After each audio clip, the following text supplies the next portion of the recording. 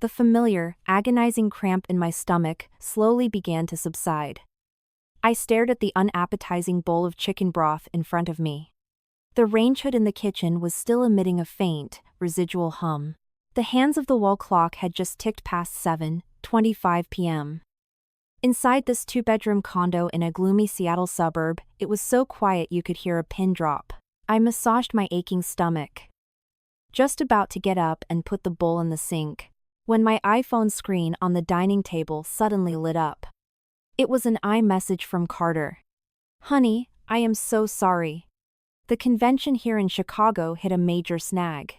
A blizzard grounded half the keynote speakers at O'Hare, so the organizers pushed the whole schedule back. I'm probably going to be stuck here in Chicago until next Tuesday, wining and dining some of our biggest corporate clients.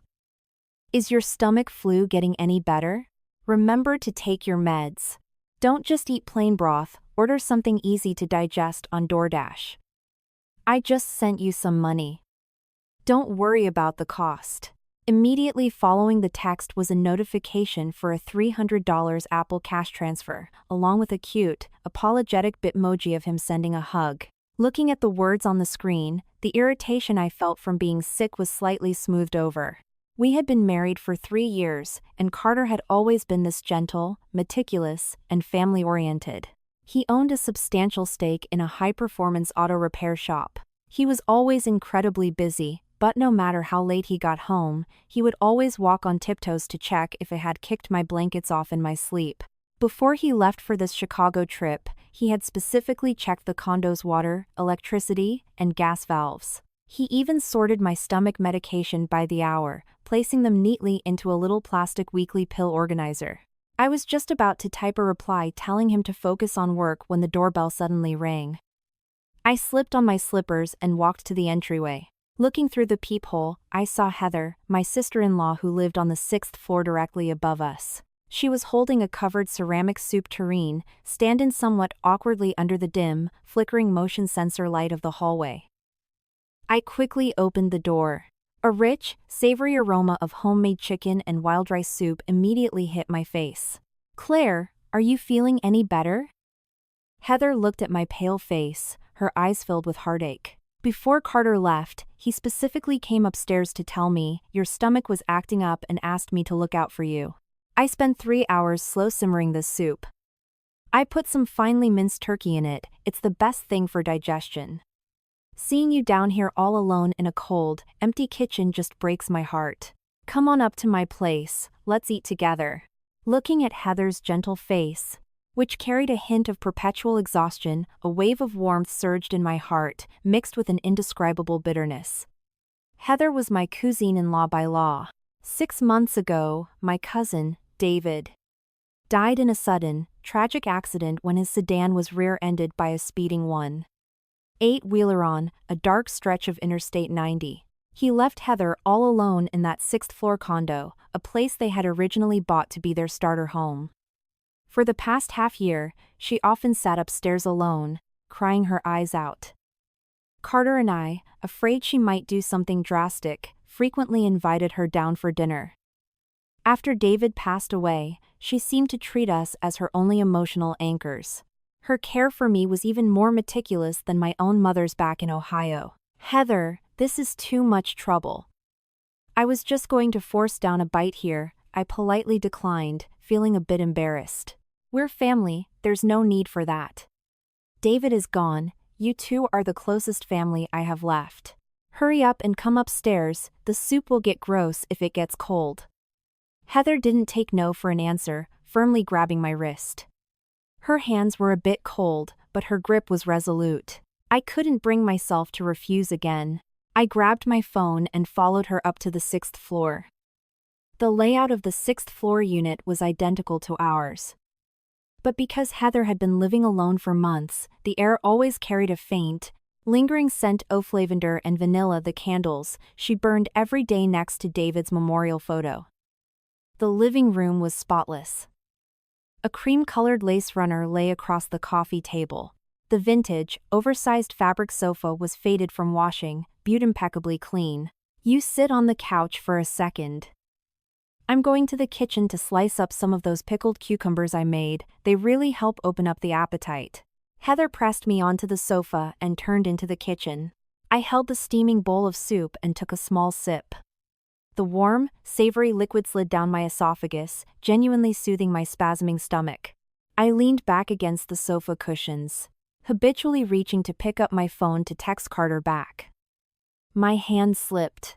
With a clack, the iPhone slid right off the edge of my silk pajama pants and dropped deep into the crevice between the sofa's backrest and the seat cushion. The crevices of this old vintage sofa were notoriously deep. Usually, if a quarter dropped in there, you couldn't find it without flipping the entire heavy base upside down. I sighed, set the soup bowl down, and half crouched on the floor. I shoved a good portion of my shoulder into the gap of the sofa base, stretching my arm blindly into the depths. The air underneath the sofa was stuffy, carrying a dusty, stale scent. My fingers probed forward in the darkness. I felt a few crumpled pieces of trash paper, a hard plastic Bic lighter, and then my fingertips brushed against a smooth, leather object with a distinct, premium resistance. That was not sofa upholstery. I froze for a second. My fingers traced the edge of the object. It was a beautiful curve. The leather stitching was impeccably handcrafted, and the premium leather, due to years of meticulous polishing, emitted a faint scent of expensive carnauba wax. Then, about half an inch from the outer edge of the heel, my fingers traced a very faint, almost imperceptible scratch. In that singular moment, my blood felt as if it had stopped flowing. A freezing chill seeped out from my bones, instantly engulfing my entire body. These shoes belonged to Carter. To be precise, this was a pair of pure, handcrafted Italian Oxfords I had ordered through a personal shopper abroad for Carter's birthday 3 months ago, costing me half a month's salary. Because of how ridiculously expensive they were, Carter rarely ever wore them.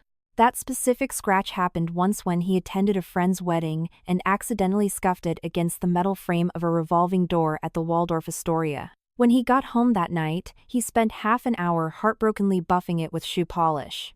That was why the exact location and depth of that scratch were burned into my memory.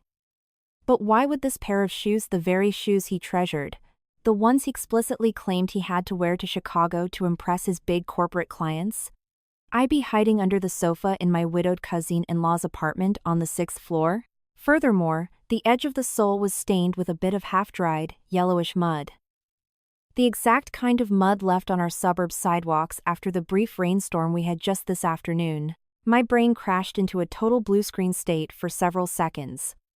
Logic and emotion violently tore at each other in my mind. Just as I held my breath, my fingers not even daring to leave the shoe, my peripheral vision caught a faint, ghostly blue dot of light hidden in the deepest shadow of the sofa's base, almost entirely obscured by dust. It was the indicator light of an electronic device. I slightly tilted my head, letting my line of sight bypass the shoe. Resting silently behind the Oxfords was a small, black, square box. My years of professional experience as a court stenographer logging evidence files allowed me to recognize what it was in an instant. It was a modified dashcam. The glass screen and outer casing had been stripped away, leaving only the core motherboard and the wide-angle lens.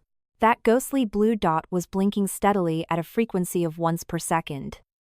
This meant it was in silent recording mode. The angle it was positioned at perfectly captured the entire living room, already directly in front of the sofa, and at this exact moment, it was capturing me, lying on the floor in a twisted posture, half my head shoved under the furniture. Fear, like a giant, icy hand, viciously clamped down on my throat. I lay on the floor, every hair on my body standing on end.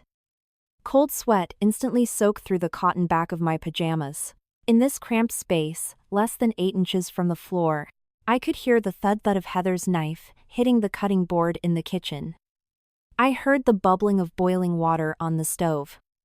I could even hear the jackhammering of my own heartbeat against my ribs. If Carter is in Chicago, why are his shoes here? If Heather lives here alone, why is there a hidden surveillance device actively recording audio and video facing her living room?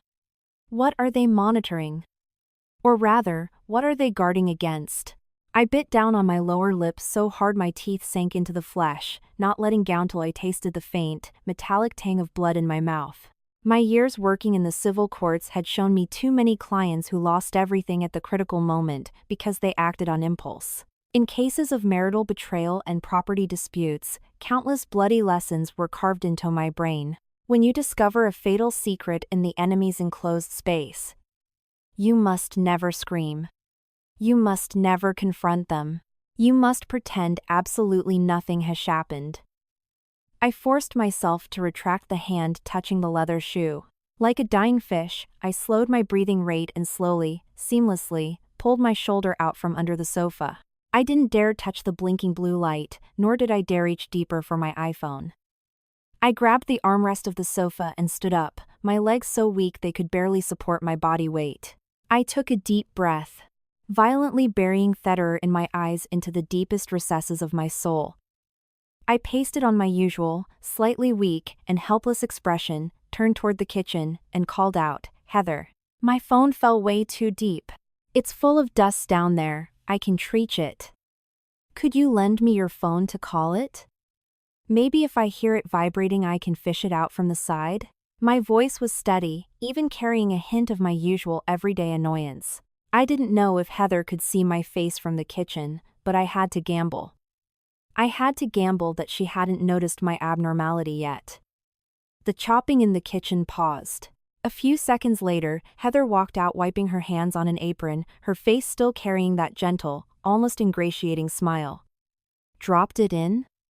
Ugh, this junk sofa. I've told the Salvation Army guys to haul it away so many times, but I just couldn't bear to part with it." She spoke while pulling her smartphone from her apron pocket and handing it to me. "Here, call it. I'll help you look." I took Heather's phone. Her screen protector was a bit cracked, but I had no mind to care. I quickly dialed my own number. Immediately, my familiar default ringtone echoed through the living room. The sound was coming from the far left side, where the backrest met the base a good distance away from the shoes and the camera. I pretended to have an epiphany, followed the sound, shoved my hand down the side crevice, and fished around forcefully until I finally touched the cold metal casing of my iPhone. Got it, got it. I held up the dusty phone and waved it at Heather, forcing a smile onto my lips. "As long as you found it. Hurry up and eat the soup while it's hot." Heather placed a small dish of translucent, perfectly sliced pickles on the coffee table. Her gaze lingered on my face for 2 solid seconds. In that moment, her eyes felt like 2 freezing searchlights, trying to pierce through my disguise. I didn't avoid her gaze. Instead, I casually grabbed a tissue from the table, wiped my phone screen, and then picked up the bowl of soup, drinking it in small sips. The savory broth tasted like wax in my mouth, but I had to swallow it. Every last drop. It was my only cover. 20 minutes later, I used my medication making me drowsy as an excuse to say goodnight. She walked me to the door, still reminding me to double lock my deadbolt and to call her anytime if I needed anything. I smiled, nodded, and turned to walk down the stairs. The moment I closed my own front door and threw all 3 heavy deadbolt locks, the tightly wound string inside me finally snapped. I leaned against the cold steel of the door and slid down to the floor like a puddle of mud. My hands began to shake violently, uncontrollably. The tremors spread from my fingertips to my shoulders, and my teeth chattered against each other, making a sound I couldn't suppress. It was utterly terrifying. The sensation of extreme, everyday domestic warmth intertwined with absolute, suspenseful horror nearly tore my sanity to shreds. Carter never went to Chicago. He was hiding in this very building. He was probably in that exact apartment just moments ago. The fresh mud on his shoes meant he had just come back from outside today. That hidden camera wasn't just for video, it was a microphone. So what role was Heather playing in this? Was she a co-conspirator or a pawn being used? No. Heather's practiced cover-ups, her perfectly timed displays of concern that was absolutely not the behavior of an ignorant victim. They were conspiring. One was the husband who shared my bed for 3 years. The other was the tragic, widowed sister-in-law who constantly doted on me. In the apartment less than 10 feet above my head, they had woven a massive, suffocating web together. I sat on the freezing hardwood floor for a full half hour until my hands and feet went numb. I forced myself to use the shoe rack to stand up. I walked into the bathroom, turned on the faucet, and violently splashed freezing tap water onto my face. The shock of the cold water rebooted my brain. Crying and breaking down wouldn't solve anything. I needed evidence. I needed to know exactly what Carter was eating. I grabbed a towel, dried my face, and looked at the pale woman with bloodshot eyes in the mirror. I used my fingers to aggressively rub my cheeks until they flushed with an unnatural red, making it look like a fever from the stomach flu. Then, I picked up my phone, opened Carter's contact in FaceTime, and hit the video call button. The agonizing 20 seconds of ringing stretched my nerves to the breaking point. With a beep, the video connected. On screen, Carter was wearing the dark gray cotton loungewear he usually wore around the house. His hair was slightly messy. His background was a blank white wall with a lifeless, generic landscape painting hanging on it. It genuinely looked like a standard, mid-range Marriott or Holiday Inn room. "Hey babe, why aren't you asleep yet? Does your stomach still hurt?" His voice was as gentle as ever, his eyes full of exhaustion and affection. I stared dead at his face on the screen. I had looked at this face for 3 years, so familiar with it that I knew exactly how many fine lines crinkled by his eyes when he smiled. But now, this face looked like he was wearing a flawless, terrifying human skin mask. It was completely alien. My left hand gripped the edge of the table out of the camera's frame, my fingernails practically bending backward from the force. But the expression on my face was perfectly controlled. I even managed to pull some tears in my eyes, acting like a sick, vulnerable wife. I took my meds. I just went upstairs to Heather's and had some soup. "I feel a lot better," I said softly. "I'm just a little scared being home alone." "How are things there? Did you drink a lot with the clients?" "Didn't drink much. The clients were pretty understanding." Carter rubbed his temples on the screen. "The weather in Chicago is awful. It's been pouring rain nonstop, and the flights are a complete disaster. I just got out of the shower. I'm going to review some files and go to bed. You get some rest." "Did you lock the doors?" "Locked them." I looked right into his eyes and asked with the calmest cadence, "Is it raining really hard in Chicago?" The weather app said severe thunderstorms. It must be a pain to leave the hotel. "Yeah, it's pouring. The sky is pitch black. Can't go anywhere. I'm just stuck in the room." Carter easily played along, his tone full of helpless complaining. However, right as he spoke, my ears caught a tiny, distinct background noise. It was a low hum, followed immediately by a heavy, muffled clack of a metal gear engaging. It wasn't a sharp sound, but it was incredibly identifiable. It was the specific friction sound the 15-year-old elevator motor in our aging condo building made when it reached the top floor. Every night in the dead of silence, whenever someone took the elevator up to our floor, I could hear that exact faint rumble while sitting in my living room. My heart violently contracted. He was lying. His background was absolutely not a Chicago hotel room. He was in this building. Maybe an empty unit on the first floor, or maybe he was literally sitting in Heather's 6th-floor bedroom, having hung up a white backdrop to fake the scenery. "Well, get some sleep then, honey. My stomach is cramping again, I want to lie down." I faked a pained wince, clutching my stomach, ending this nauseating performance. "Oh, poor baby, it breaks my heart. Go to sleep, call me anytime if you need me." Carter blew a kiss at the camera and ended the call. The moment the screen went black, I collapsed over the table, gasping for air like a marathon runner. I didn't sleep a wink that night. I frantically rewound every single detail of my interactions with Carter over the past 3 years. Actions I once viewed as thoughtful now felt terrifyingly calculated. He took business trips out of state for 2 or 3 days every single month. He never let me leave any feminine personal items in his car, claiming the guys at the auto shop would tease him. Whenever he took a phone call at home, he habitually walked out to the balcony, claiming the reception was bad inside. By daybreak, I had completely calmed down. My experience as a court stenographer taught me one absolute truth: when you discover someone is constructing a massive lie, don't interrogate their mouth. Interrogate their trash.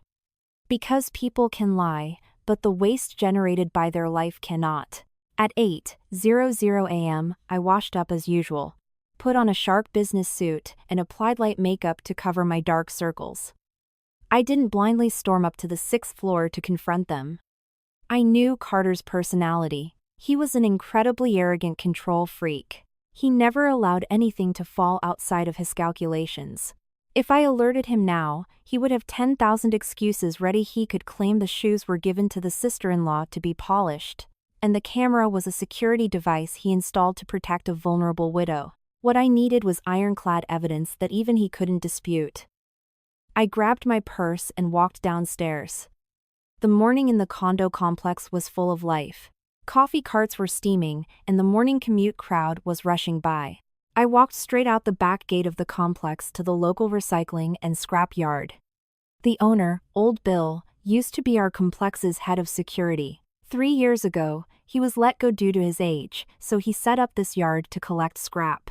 Because he had once helped him navigate a nasty debt dispute with a relative using my legal connections, he had always been deeply grateful to me. Bill had been a security guard for half his life. He knew the ins and outs of everyone in this complex, their schedules, who moved in and out, and even what they threw away. "Well, look who it is, Claire. Off to work? You're looking a little under the weather today." Old Bill, wearing thick canvas gloves, was sorting through a pile of cardboard. Seeing me approach, he quickly wiped his hands on his apron. "Busy, Bill?" I walked over, pulled a brand new, unopened box of premium Romeo y Julieta cigars from my bag, and pressed it into his hand. I lowered my voice, putting on a panicked expression. "Bill, I have a huge favor to ask. Last night I was so out of it, I think I accidentally threw away a highly important corporate expense receipt into the trash. If I don't find it, I'm going to be on the hook for thousands of dollars. Did you process the trash from our building last night or this morning?" Hearing this, Old Bill immediately tried to push the cigars back. "Kid, you don't need to give me this. The janitorial staff just brought over the dumpsters from Building 6, Unit 5 this morning. Haven't even loaded them onto the truck yet. Come on, I'll help you look." Led by Old Bill, I walked behind the scrapyard to a temporary holding area for residential waste. The pungent, sour stench of rotting food hit me like a wall. Normally, I wouldn't go near it, but right now, I didn't even furrow my brow. "Bill, can you tell which bags belong to Heather on the 6th floor?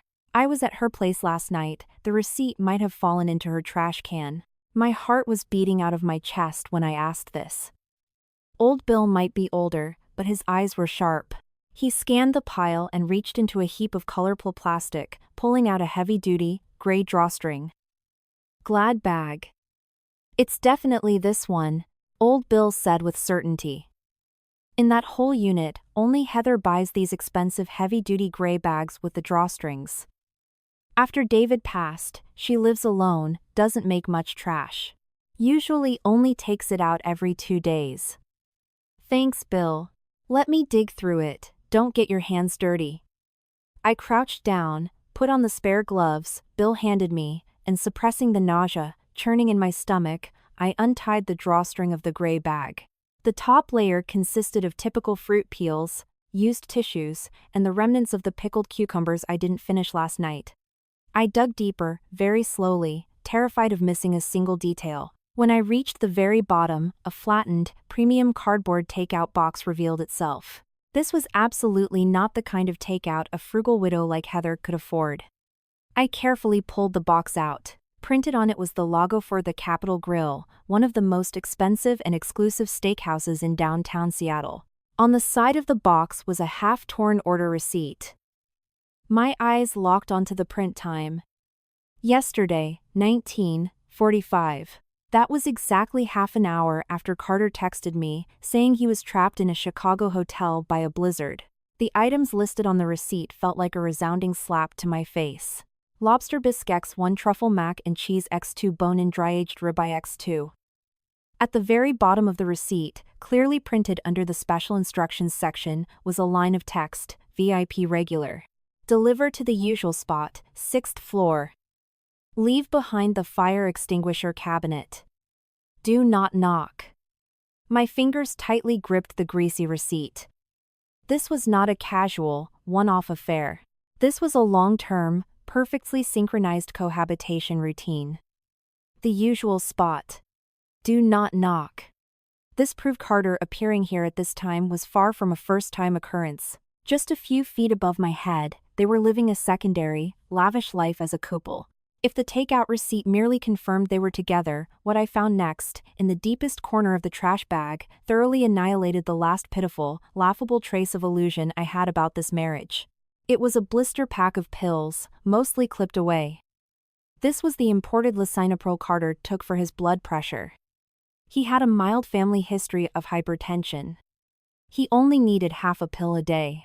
Because he always forgot to take them, every Sunday night, I would sit on the living room rug with a pair of scissors, meticulously cutting the foil blister pack into individual squares, placing them into his travel pill box, and writing the days of the week on them with a Sharpie.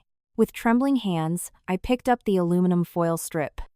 The cut edges were perfectly straight, the distinct, curved cut of my favorite ceramic kitchen scissors. And what made my blood run entirely cold was that the little squares marked Monday and Tuesday, the ones that were supposed to be in his suitcase in Chicago, were sitting quietly in the depths of this trash bag.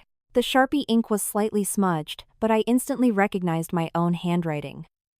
Carter never took his medication to Chicago. He kept his pills at Heather's.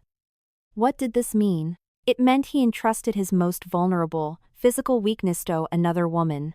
It meant that in his heart, his real home, the place he could strip away his armor and safely take his medicine, was that apartment upstairs. Not the 5th floor condo where I left a light on for him every night. A massive wave of absurdity washed over me. For 3 years, I had acted like an idiot, making his pill organizers, slow cooking his meals, stressing over the finances of his auto shop, even handing over my own paycheck to help him pay the mortgage. And he was using the money I earned, sitting less than 10 feet above my head, eating hundreds of dollars of premium steak with another woman. Coldly watching me worry myself sick downstairs over his fake stomach aches. I didn't cry. My eyes burned with a dry, abrasive pain, but the tears felt as if they had been flash frozen inside my body by an absolute, 0-degree chill. I took off the gloves, carefully wrapped the pill blister pack and the receipt in paper towels, and hid them in the hidden zipper compartment of my purse. Find it, Claire? Old Bill asked with concern. I turned my head, watching the golden morning sunlight spill over the sea of discarded garbage. I took a deep breath, burning the tactile memory of that crushed aluminum foil into my brain. I found it, Bill. Thank you. My voice was unnaturally calm. So calm it did Tevin sound like me. I got everything I needed. I turned around and walked out of the scrap yard, step by step. My heels click against the asphalt with a crisp, resolute sound. Carter. Heather. Since you dared to lay such a massive trap in the very place I've lived for 3 years, don't blame me for ripping off your hypocritical skin with my own 2 hands. You've directed this play for 3 years. Now, it's my turn to write the script. The steakhouse receipt and the pill wrapper were meticulously flattened and stored in the deepest pocket of the black leather planner I always carried. On the way back from the scrap yard, the morning sun glaring off the asphalt was almost blinding. I didn't go to the law firm for my transcription shift. Instead, I turned a corner and walked into a large, labyrinthine electronics market downtown. After winding through the chaotic stalls, I stopped at a quiet corner specializing in security and surveillance gear. The owner, a chubby, balding man, was hunched over a breakfast sandwich. Using pure cash, I purchased a micro HD pinhole camera disguised as a Phillips head screw, along with a high-capacity motherboard that supported 4G cellular cloud uploads. This rig didn't need to connect to home Wi-Fi, it had its own unlimited data SIM card. This would entirely bypass Carter's paranoid sensitivity to Kinetic electronic devices on the local network. It was just past 10:00 a.m. when I got back to the complex. At this hour, Heather typically walked to a farmer's market a mile away to hunt for discounted organic produce.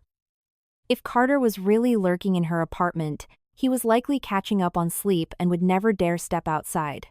I changed into a pair of soft-soled, silent running shoes, clutching the screw camera in my palm. Keeping my footsteps feather-light, I crept up the stairwell landing between the 5th and 6th floors. The lighting in this old stairwell was abysmal. It was dim even in broad daylight. Heather's front door was shut tight, not a sliver of light escaping from beneath it. My eyes locked onto the large, red metal fire extinguisher cabinet mounted on the wall to the left of her door. No one had opened this cabinet in years. Their paint was peeling, and the 4 screws holding the glass frame were rusted. I took a deep breath, pulled a small flathead screwdriver from my pocket, stepped up to the cabinet, and carefully began to back out the already loose screw in the bottom right corner.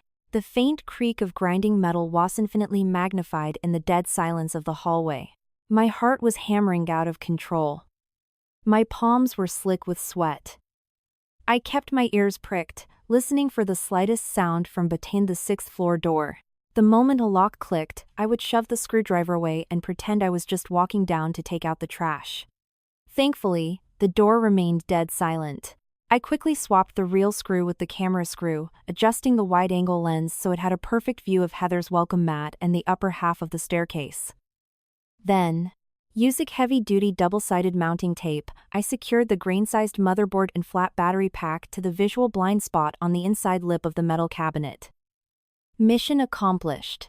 I swiftly retreated to my 5th-floor condo, locked the deadbolts, and pulled out my phone to download the corresponding surveillance app.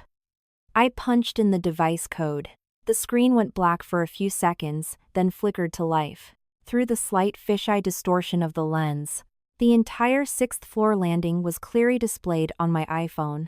Despite the low light, the camera's Starlight night vision capability was incredible. I could even make out the floral pattern on Heather's red welcome mat. For the entirety of the day, I went nowhere. I sat on my living room sofa, my eyes glued to the phone screen. Time crawled by minute by minute. The feed was like a static black and white photograph. It wasn't until 11:40 p.m. when my eyes were burning and tearing up from the strain. That movement finally broke the stillness. That heavy door, sealed shut all day, opened from the inside without warning. There was no sound of a key, turning it was pushed open directly. A tall male silhouette stepped out under the motion sensor light. He was wearing a set of dark gray cotton loungewear. It was the exact set I had painstakingly folded and packed into his Chicago suitcase 2 days ago. It was Carter. He leaned lazily against the doorframe, an unlit cigarette dangling from his fingers. Seconds later, a pale woman's arm reached out from inside the apartment, intimately wrapping around his waist. Heather, wearing a burgundy silk slip dress, pressed herself against his back, her cheek affectionately rubbing against his shoulder blades. Carter turned around and naturally pulled Heather into his arms, dipping his head to kiss her deeply and aggressively on the lips. Heather stood on her tiptoes, her arms wrapping tightly around his neck. Right there in the shadows off the hallway, they entangled themselves, completely lost in each other. The cold glow of the phone screen illuminated my bloodless face. I sat on a sofa less than 10 feet below them, watching the man who supposedly whispered sweet nothings to me every night now manhandling my widowed sister-in-law with possessive, animalistic intensity. They kissed for a long time. When they pulled apart, Carter provocatively pinched Heather's chin, his lips moving as if whispering instructions. Because of the distance, the micro mic only picked up muffled breath sounds. I couldn't make out the words, but the relaxed, arrogant, and triumphant smirk on Carter's face was captured in stunning high definition. In that moment, my breathing completely stopped. My chest felt like it was being crushed by a boulder studded with ice shards. I couldn't breathe. I didn't throw my phone at the wall like some hysterical betrayed wife. I didn't storm upstairs to fight them. The legal case files I read daily had taught me that emotional outbursts are the most useless weapons of the weak. With absolute, chilling composure, I reached out a finger and tapped the local HD record button on the screen, simultaneously triggering the encrypted cloud backup. The progress bar moved silently forward, converting this filthy, sickening scene into a string of indelible digital evidence. Watching the two of them retreat back inside and the door click shut, I locked my phone and walked into the bathroom. I splashed my face with cold water. Droplets slid down my chin into the porcelain sink. I stared at myself in the mirror. This was no longer a simple marital affair. Carter was expending a massive amount of energy, maintaining two complete different identities in the exact same building. Heather had every opportunity to move away and shack up with him in secret. Yet she insisted on staying right there, playing the role of a miserable, grieving widow. There had to be a much larger, darker web behind this. The next morning, I called in sick to the transcription agency. Instead, I dialed Mr. Harrison, my old mentor from my days at the civil courthouse, who was now a senior partner at a prominent corporate law firm. Mr. Harrison, I need a massive favor. Can you pull the files on a vehicular manslaughter case from 6 months ago? The victim's name is David. He was my cousin. Yes, the 1-8-wheeler rear-end collision on Interstate 90. I need to see the Highway Patrol's scene investigation report and the vehicular forensics. Mr. Harrison was highly efficient. By noon, several encrypted PDF files dropped into my inbox. I locked myself in the study and pulled the blinds. The monitor's glow carved a slice of stark white light into the dark room. Years of being a court stenographer had trained me to speed read like a machine. I rapidly filtered out the useless jargon and crime scene photos across dozens of pages. The official accident report was straightforward. David was driving his black sedan on a sharp, unlit curve on I-90 at night. The brake system experienced a catastrophic, sudden lockup, causing the vehicle to lose control and smash into the right side guardrail. Moments later, a heavy semi-truck hauling gravel rear-ended him at highway speeds. David died on impact. The truck driver took secondary fault and was currently doing time. It looked like a flawless, tragic traffic accident. But when I scrolled down to the appendix containing the forensic mechanical report of the victim's car, my eyes locked onto a single line of fine print. Severed brake lines show signs of non-impact related fraying. Suspected severe degradation or external tampering. However, catastrophic rear-end collision resulted in severe fire and structural compression of the rear undercarriage, destroying definitive physical evidence. Ruled as a mechanical failure leading to a chain reaction collision. My finger froze on the mouse scroll wheel. I instantly pulled up the maintenance history of David's black sedan. Amidst the dense spreadsheet of receipts, I found the fatal piece of paper. Exactly 3 days before the crash, David's car had undergone a routine brake system flush and inspection. The garage that serviced it? Carter's Auto Performance and Repair. The exact shop where Carter held a 40% phantom equity stake, the place he claimed to go to work every single day. The air in my study instantly became colder than a walk-in freezer. I could practically see an invisible, blood-soaked guillotine hanging directly over my head. This wasn't cheating. This wasn't a mundane affair. Carter and Heather had joined forces to execute a flawless murder. They eliminated David, the inconvenient husband standing between them, the same cousin who always smiled warmly at me and handed me cash envelopes on Thanksgiving. He had unknowingly driven a sabotaged death trap, rigged by Carter, straight into the abyss. If David's death was their meticulously crafted master plan, then what about me? Why did Carter, 3 years ago, suddenly launch an intense, aggressive courtship toward me, an orphan with no background, no powerful parents, making a meager salary typing up court docs? Why was he in such a rush to drag me to the courthouse to get married? Cold sweat trickled down my spine, soaking my undershirt. I gripped my hands into tight fists, my knuckles turning a sickly, pale white from the pressure. I was standing dead center in a bottomless trap, surrounded by ravenous wolves sighing my flesh. And for the past 3 years, I had handed them my exposed throat without the slightest defense. Terror gnawed at my nerves like maggots on bone, but I forcibly swallowed the urge to scream.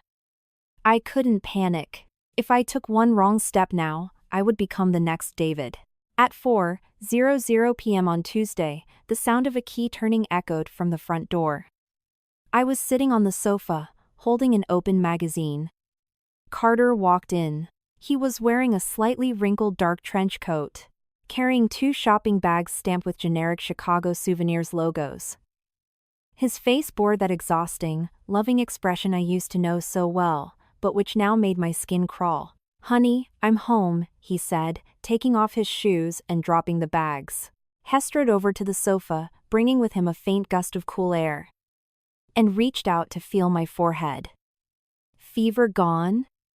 How's the stomach?" I was so worried I couldn't sleep at all in Chicago, but I couldn't leave the clients. I looked up, staring into the meticulously faked bloodshot eyes, and curled my lips into a gentle, loving smile. "Much better. I went to the clinic yesterday and got some meds. Why didn't you rest another day before flying back? You look exhausted." I casually took the bags from the coffee table. Inside were 2 boxes of cheap, mass-produced chocolates and taffy. One glance at the barcode label on the bottom told me this wasn't boutique Chicago candy, it was cheap junk you could buy at any local Greyhound bus terminal convenience store. He claimed he had rushed from O'Hare, but he brought back the kind of desperate, last-minute gifts sold near local transit hubs. "I missed you." Carter sat down heavily on the couch, pulling me into his arms, resting his chin on my shoulder. The second the convention wrapped, I rushed to the airport. Didn't even stop for water. He smelled like a very faint cologne. Not the Old Spice body wash he used at home, but rather the distinct, powdery scent of the vanilla, lavender closet fresheners Heather used. The scent had seeped deep into the fibers of his clothes, mixing with the stale smell of cheap tobacco. "You've worked so hard, baby. Go take a hot shower. I'll heat up dinner. I made your favorite pot roast." I gracefully slipped out of his embrace, standing up and walking to the kitchen. Just then, the doorbell rang. Carter went to answer it. Standing outside was Heather, holding a small porcelain bowl. "Oh, Carter, you're back." I heard the door open, so I came right down. Heather stood in the doorway, beaming, her eyes naturally bypassing Carter's shoulder to look at me. "Claire, do you guys have any soy sauce?" I was going to stir-fry some veggies but realized the bottle was empty. I stepped out from behind the kitchen island, holding a brand new bottle of Kikkoman, smiling as I handed it to her. "Heather, I made way too much food, and Carter just got back. Don't bother cooking upstairs. Stay and eat with us." "Oh, I couldn't. You two just reunited, I don't want to be a third wheel." Heather waved her hand, though her gaze floated feather-light over Carter's body. "Heather, David's been gone 6 months. If you ever need anything, you tell us. It's just adding an extra plate. Please, sit down." Carter pulled out a dining chair, his tone dripping with the impeccable, authoritative warmth of a protective family patriarch. Heather sighed, her eyes tearing up right on cue as she dabbed at the corners of her eyes. "David didn't have the luck to stay with me. Thank God I have you two looking out for me, otherwise I wouldn't know how to go on." The 3 of us sat around the dining table. The warm, yellow light from the chandelier painted what should have been the most ordinary, heartwarming family dinner. But sitting across from them, watching their flawless acting, my core vibrated with waves of sickening dread. Conversation dominated 60% of the meal. Carter vividly described then-and-existent apocalyptic rainstorms in Chicago, complaining about the hours-long delays at O'Hare. Heather continuously chimed in, lamenting how hard Carter worked and telling me to be a more supportive wife. Their eye contact was crisp and clean. There wasn't a half-second of unnatural hesitation. She called him Carter. He called her Heather, tossing familial pleasantries across that bowl, weaving a bulletproof web of hypocrisy. If I hadn't seen them passionately making out on my phone screen, if I hadn't dug that expensive steakhouse receipt out of the trash, I would absolutely never have believed that the widowed sister-in-law crying over my health and the husband who held me every night were a pair of blood-soaked murderers. I suppressed all my terror and disgust to the absolute bottom of my soul. My smile was even brighter and warmer than usual. I picked up my fork, grabbed a thick slice of pot roast dripping with rich brown gravy, and placed it onto Carter's plate. "You didn't eat well on your trip. Eat more meat, build your strength back." Carter smiled, cut the beef, and shoved it into his mouth, praising my cooking nonstop. I watched him chew quietly. I had dumped triple the normal amount of salt and soy sauce into that gravy. Carter had mild hypertension. He usually ate incredibly bland food. He would even rinse stir-fried vegetables in warm water before eating them. But right now, to maintain his persona of the starving, exhausted husband returning from a grueling business trip, he forced down that painfully salty meat without so much as a flinch. After dinner, Carter volunteered to do the dishes. Listening to the running water from the kitchen, I stood in the shadows of the living room, watching Heather walk back upstairs with her borrowed soy sauce. My fingernails dug hard into the edge of the oak credenza. Since you two love acting so much, I'll play along. Let's see who sends who to hell in the end. Later that night, perhaps due to the exhaustion of his trip, or perhaps due to the massive blood pressure spike from the sodium bomb dinner, Carter fell into a heavy, rhythmic snore shortly after his head hit the pillow. The nightstand lamp cast a faint glow. I held my breath and silently sat up in bed. Carter's iPhone lay on his side of the nightstand. I knew he used Face ID and a complex alphanumeric passcode, but for convenience, he kept Touch ID active on his lock screen. Like a cat locking onto prey, I slowly crept over to his side of the bed. My left hand gently grasped his right wrist, which was resting outside the blanket. When my cold fingers touched his warm skin, I fought back a violent spasm in my stomach. I took a deep breath, pinched his thumb, and pressed the pad perfect against the home button scanner. With a faint buzz, the screen lit up. Unlocked. I swiftly withdrew my hand, grabbed the phone, and slid out of bed. Barefoot, I walked into the attached master bathroom. I didn't turn on the light, only the ghostly glow of the screen illuminated my tense jawline. I didn't bother checking his iMessage or WhatsApp. That was too likely to leave a digital trail. And a cautious sociopath like him wouldn't leave fatal evidence in a daily social app. I went straight into a deep-nested folder and opened a secure, private Outlook email app. The inbox was full of mundane auto parts invoices and spam. Without hesitation, I scrolled to the very bottom menu and opened the deleted items, trash folder. In this usually forgotten digital graveyard, 2 encrypted emails with PDF attachments sat quietly. Because I had already bypassed the main system lock with his fingerprint, the secondary app password wasn't triggered. I opened the first email. The sender was an anonymous offshore server address. The attachment was a PDF stamped with the watermark of a major life insurance conglomerate. Life insurance accidental death claim, payout confirmation. Insured, David last name, payout amount, $2 million USD. Date cleared, 4 months ago. Below the confirmation letter was a complex flowchart of wire transfers. This massive sum of $2 million, after entering Heather's account, sat for exactly 3 days before being fragmented and wired into 4 different shell LLCs. After a dizzying series of corporate wash trades, the money cleanly entered Carter's Auto Performance and Repair under the guise of Equipment Acquisition Capital. So that was it. This was exactly why old Bill told me Carter was drowning in massive debt a few years ago, but suddenly bounced back 6 months ago, driving a brand new $80,000 truck. They used David's life to fill the gaping black hole in Carter's business. My breathing grew rapid. With trembling fingers, I tapped open the second email. The sent date was 2 weeks ago. The attachment title was a string of meaningless alphanumeric characters. When it opened, the header struck my eyes like a poison-tipped needle. Maximum coverage accidental death and dismemberment policy, draft proposal. Insured, Claire, last name, coverage amount, $3,500,000 USD. Covered events, traffic accidents, residential fires, carbon monoxide poisoning, etc. On the very last page of the proposal, in the most critical section, 2 words were printed in bold black ink: primary beneficiary, Carter. The bathroom was dead silent, save for the sound of my suppressed, erratic breathing. Standing on the cold tile floor in the dark, I felt like a piece of livestock hanging on an assembly line, pre-priced, and waiting for the slaughter. Carter and Heather must have blown through the first payout, or their greed had simply metastasized. So they couldn't wait to find their next blood bag. And me, an orphan with no powerful relatives, a simple social circle, a woman whose death wouldn't raise too many eyebrows.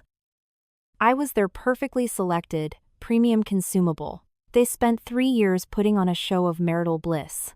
Also that when the time came to close the net, I would willingly sign my name on that insurance contract.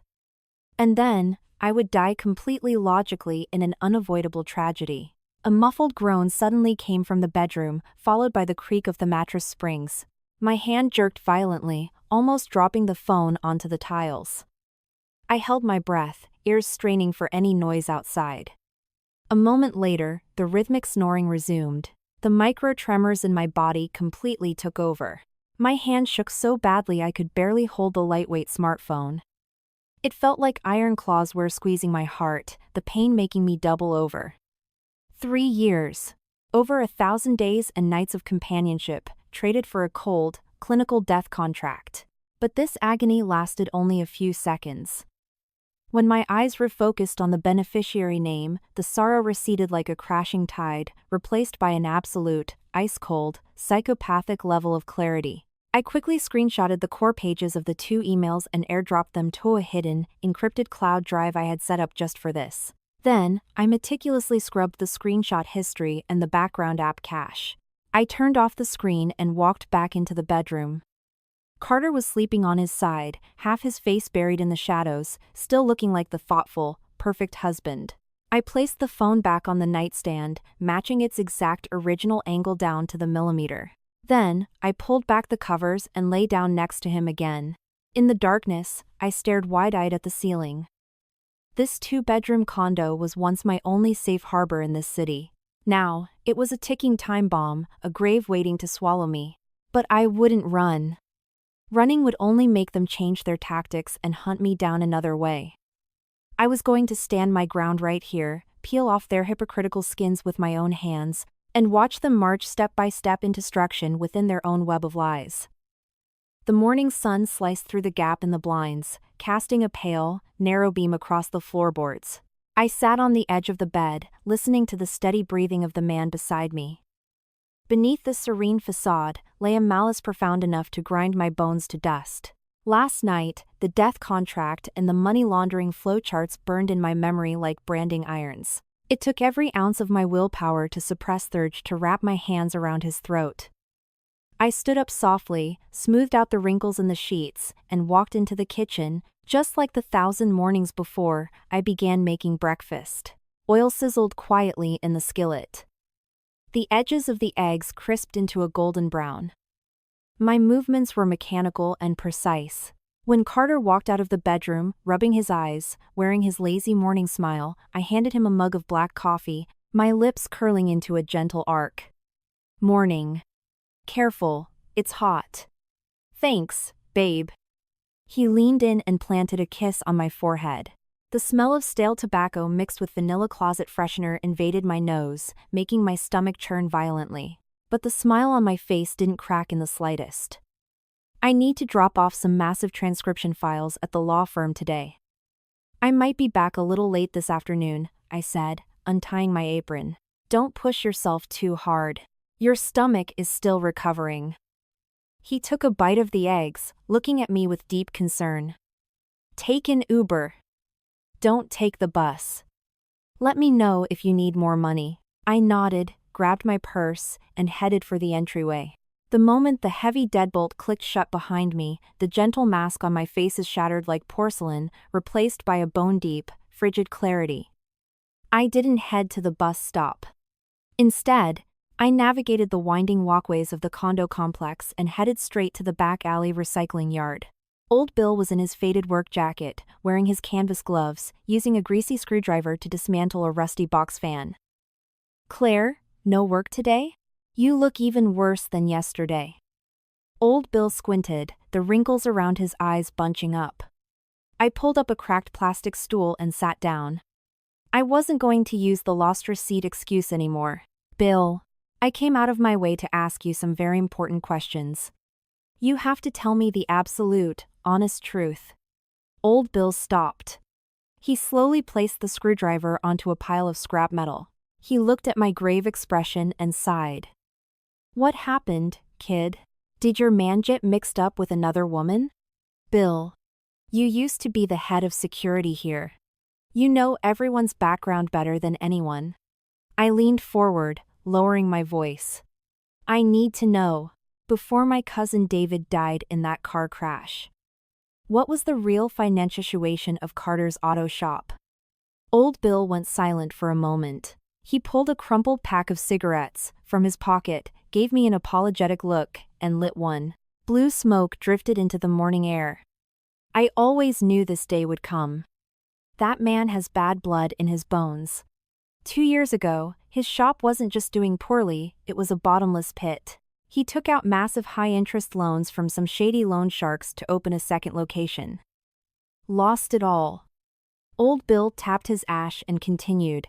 Back then, every few days, these vans full of tattooed guys would block the front gate of the complex, calling Carter out by name. He hid like a rat in a sewer, didn't dare show his face. I even called the cops for him twice. He was backed against a cliff, was even talk about putting a second mortgage on your condo. My hands clasped over my knees, my nails digging deep into my palms. But 6 months ago, right after my cousin died, everything changed, right? Exactly. That's the weirdest part. Old Bill nodded forcefully. Less than a month after David's funeral, those loan sharks vanished into thin air. Then Carter rolls up in that new $80,000 truck, wearing tailored suits, handing out premium cigars to everybody. Everyone thought he landed some massive fleet contract. But $1 million hole? You don't plug that with just a good contract. The $2 million accidental death payout. The perfect money laundering chain. The timeline locked together flawlessly, but I needed the final puzzle piece. The piece that would completely nail down their motive for murder. Bill. What do you know about Heather? The widow living above me. Old Bill's expression shifted. He glanced around to make sure no one was listening before leaning in close. I shouldn't be gossiping behind people's backs. But since you're asking, Heather and Carter aren't just neighbors or in-laws. They go way back. Deep back. My breathing hitched. How deep? They're from the same dirt-poor trailer park back in West Virginia. An old army buddy of mine works as a deputy down there. Heather and Carter were high school sweethearts. Before Carter moved to Seattle to find work, their families had practically settled on a dowry. They were just waiting to throw the wedding. Old Bill kept his voice to a whisper. 8 years ago, when Heather married your quiet, good-natured cousin David, us older security guards were scratching our heads in the break room. Because we recognized her. Years ago, she used to visit Carter and crash in his dingy basement rental. We figured it was just a crazy coincidence. Seeing them pretend not to know each other around the complex. None of us dared to open our mouths and ruin things. The final puzzle piece slammed down onto my nerves with a deafening roar. 8 years. Heather married the financially stable but naive David 8 years ago. And Carter, 3 years ago, ruthlessly pursued me as socially isolated fawn. We were never their chosen partners. We were just their careful selected, mobile blood bags and financial firewalls. David paid with his life to secure their $2 million startup capital, and now that they had blown through it, my life was meant to fill their next $3,500 void of greed. This wasn't a crime of passion or a spontaneous betrayal. This was a years-long, parasitic murder banquet, feeding off the blood and bone of ordinary people. A violent wave of physiological nausea hit my throat. I gripped the edges of the plastic stool to stop myself from dry heaving. The airtight web they wove had actually started 8 years ago. Claire, you're white as a sheet. Old Bill noticed my distress and quick stood up. I'm fine, Bill.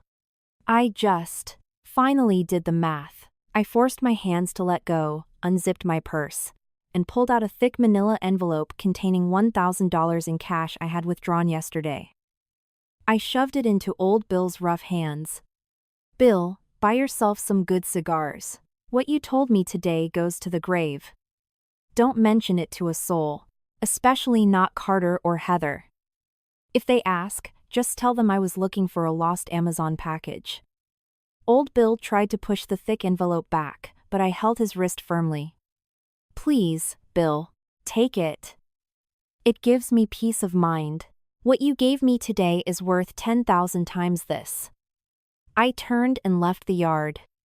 The morning breeze cut through my clothes, but inside, a dark, raging fire was burning. High school sweethearts. Fake marriages. Murder for insurance. They thought they were geniuses, treating normal people like livestock to be slaughtered at will. But they underestimated a woman who had spent years in the court reporter's seat, witnessing the absolute darkest corners of human nature. Once a woman strips away her weakness, the blowback is apocalyptic. To destroy these people, circumstantial evidence wasn't enough. I needed to dive straight into the tiger's den, into that sixth-floor apartment heavily guarded by cameras and lies. I needed a perfectly logical reason to get inside. One they couldn't refuse. That afternoon, before Carter got home, I went into my own bathroom. I brought in an aluminum stepladder.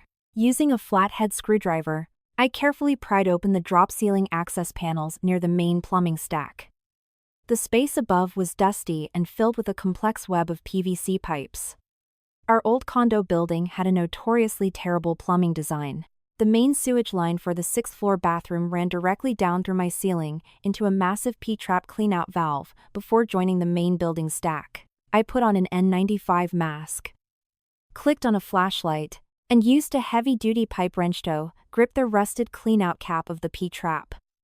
I didn't unscrew it completely. That would result in a waterfall of raw sewage into my own home. I just used leverage to back the threads out half a turn, compromising the internal rubber O-ring seal. Next, I found the water pressure regulator valve for the sixth-floor toilet supply line and cranked it down by 2/3. This meant Heather's toilet tank would fill excruciatingly slowly. If she encountered a situation requiring a massive flush, she would be forced to fill a large bucket with water and dump it directly into the bowl. And the sudden, massive volume of water crashing down would hit my loosened P-trap, create a pressure backdraft, and send raw, foul sewage erupting straight back up out of her bathroom floor drain. After finishing, I meticulously wiped the pipes clean of my fingerprints, sealed the ceiling panels perfectly, and put the ladder away. The trap was set. Now I just had to wait for gravity to do its job. At 7:00 p.m., Carter walked in carrying boxes of expensive local takeout. He brought the chill of the evening with him, hanging his coat on the rack, and walked into the kitchen to hug me from behind while I was chopping vegetables. "Hey babe, what smells so good?" I smelled it from the hallway. I lowered my eyes, hiding my disgust, and patted the back of his hand. "Making pork ribs. Go wash your hands, dinner's almost ready." Dinner felt like a scene from a terribly scripted family sitcom. Carter rambled endlessly about nightmare customers at the auto shop, and I played the role of the attentive, supportive wife. Just as we were finishing up, around 8:30 p.m., violent, frantic pounding rattled the front door. "Claire! Carter! Open up! It's an emergency!" Heather's shrill, panicked screams pierced through the wood. Carter frowned, put down his fork, and went to open the door. Heather stood there, her hair a mess, the legs of her sweatpants rolled up to her knees. She was wearing plastic flip-flops covered in foul-smelling, murky black water. "What's wrong, Heather?" Carter instantly switched into concern mode. "The bathroom. The floor drain is backing up raw sewage." Heather stomped her feet, her eyes rimmed red. "My toilet wouldn't flush, so I dumped a huge bucket of water into it, and I don't know what got clogged, but black, stinking water just exploded out of the floor drain. The hallway is flooded. It's about to spill into my living room." "Don't panic, I'll go take a look." Carter immediately grabbed a heavy-duty flashlight from the shoe rack and bolted up the stairs. I followed right behind them. The moment I stepped onto the 6th floor, an eye-watering stench of open sewer hit my face. A massive puddle of foul water was spreading out from Heather's bathroom, inching its way toward the expensive hardwood floors of the living room. Carter rolled up his pants, stepped into the sewage, and shined the flashlight around the drain, putting on a great show of inspecting it. "The main stack is totally blocked."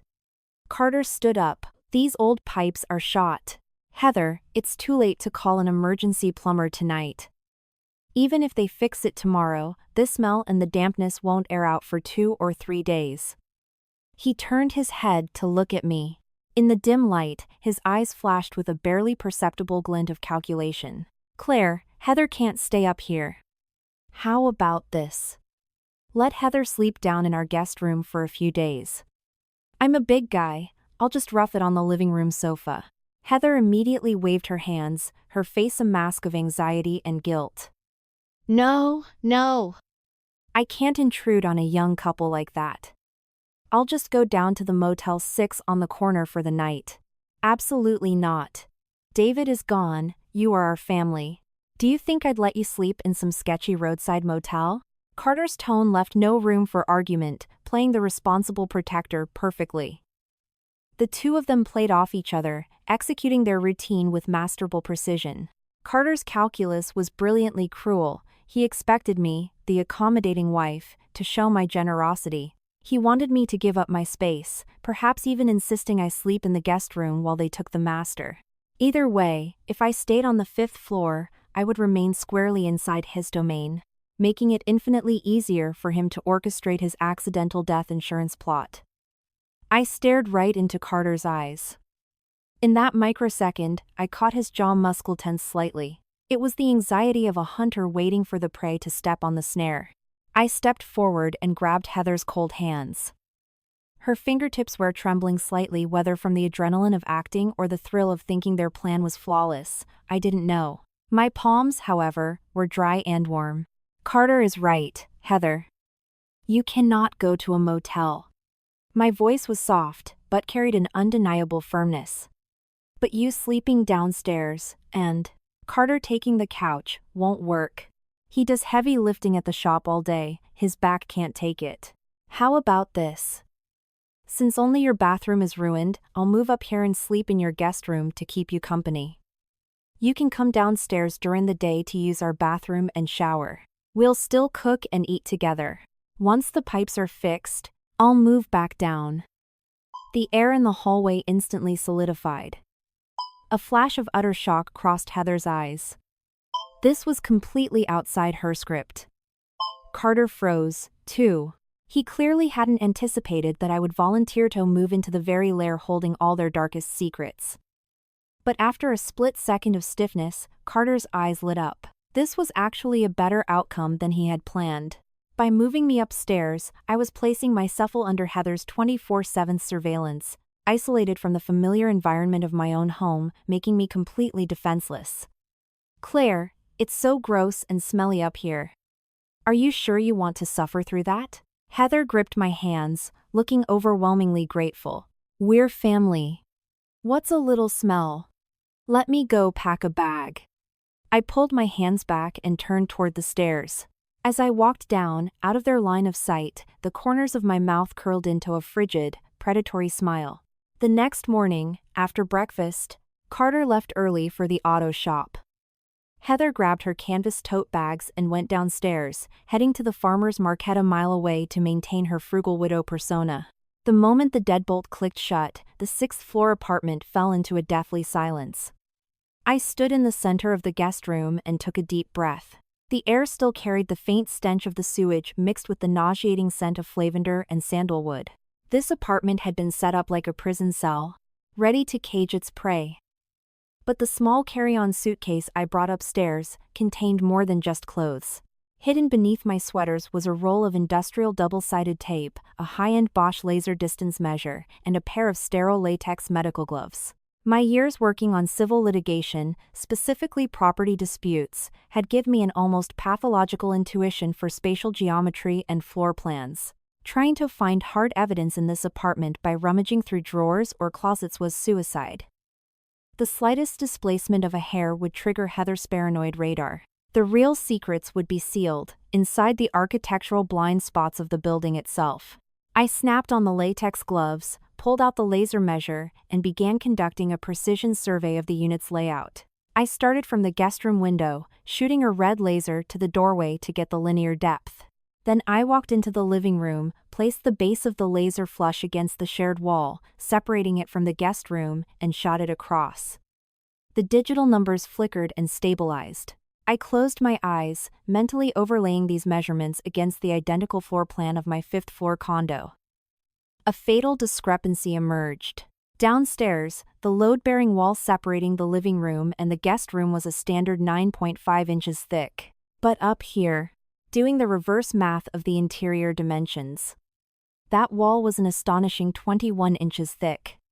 There was a foot of dark, unaccounted for void space. I put away the laser measure.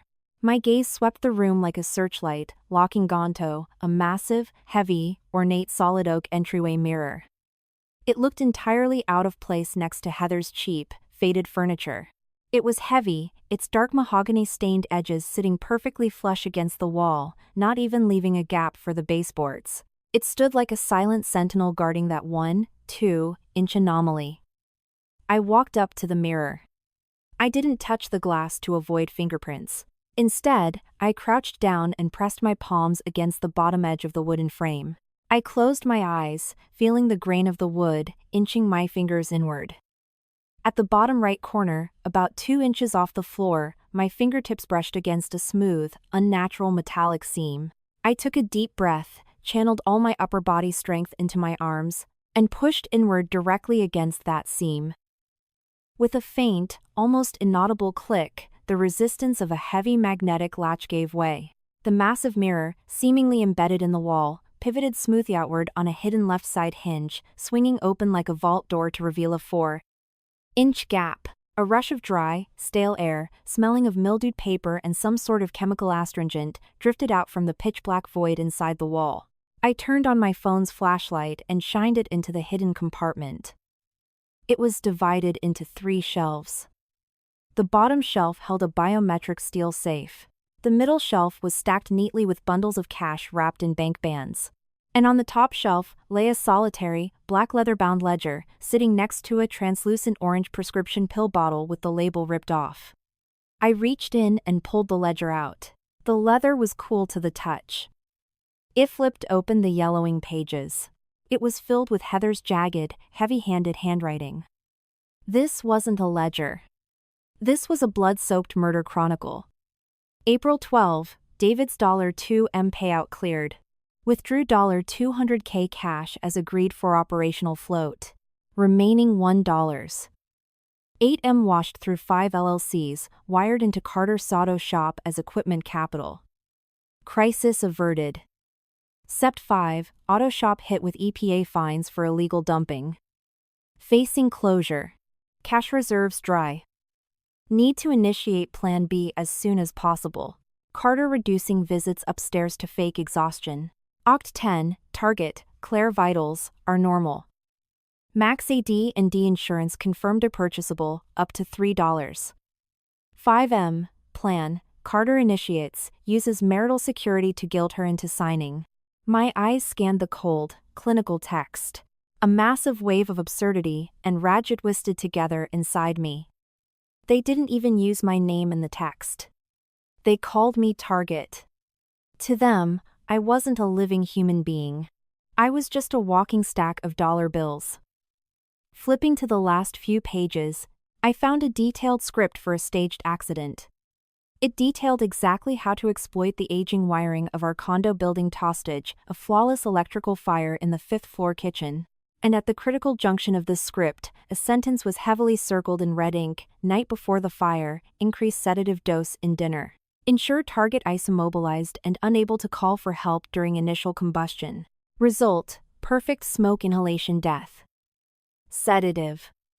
I whipped my head around, my eyes locking onto the unlabeled pill bottle. I grabbed the bottle, popped the childproof cap, and poured a few white pills into my palm. The pills were a distinct hexagonal shape with a deep score mark down the middle. Countless psychiatric case files from the courthouse flooded my brain. This was not Ambien. This was clozapine, a severe, heavy-duty antipsychotic used only for treatment-resistant schizophrenia. For a healthy person, taking this in small, continuous doses would lead to severe cognitive impairment, hallucinations, and eventually, the complete destruction of the central nervous system. They didn't just want to kill me. They wanted to turn me into a babbling, psychotic lunatic before I died. That way, even if I noticed something and went to the police before the fire, I would just be dismissed as a paranoid schizophrenic having an episode. What venomous calculation. What absolute, psychopathic malice. Just as I was staring at the pills in my hand, trembling with rage, a faint but crisp metallic scratching sound, a key, sliding into a lock, pierced the silence of the living room like a steel needle. Heather was back early. Time seemed to stretch out into infinity. Extreme panic instantly seized my heart. My hand jerked, and the white pills nearly slipped through my fingers. If this plastic bottle dropped onto the hardwood floor, or if she pushed the door open and saw this gaping mirror, I would never walk out of this apartment to live. Driven by sheer adrenaline, my physical reflexes outpaced my conscious thought. I shoved the pills back into the bottle, threw it and the ledger back onto the top shelf with near violent force. I grabbed the edges of the mirror frame and yanked it shut. Just as the front door handle was depressed, the magnetic latch engaged with a heavy thud. The mirror sat perfectly flush against the wall. Carried by the momentum of yanking the mirror, I stumbled backward, slamming right into the low shoe-changing bench near the entryway. I collapsed onto the bench, grabbed a random sneaker sitting on it, shoved my foot inside, and hunched over, pretending to struggle with the laces. Creak! The front door swung open. Heather stood in the doorway holding 2 heavy grocery bags.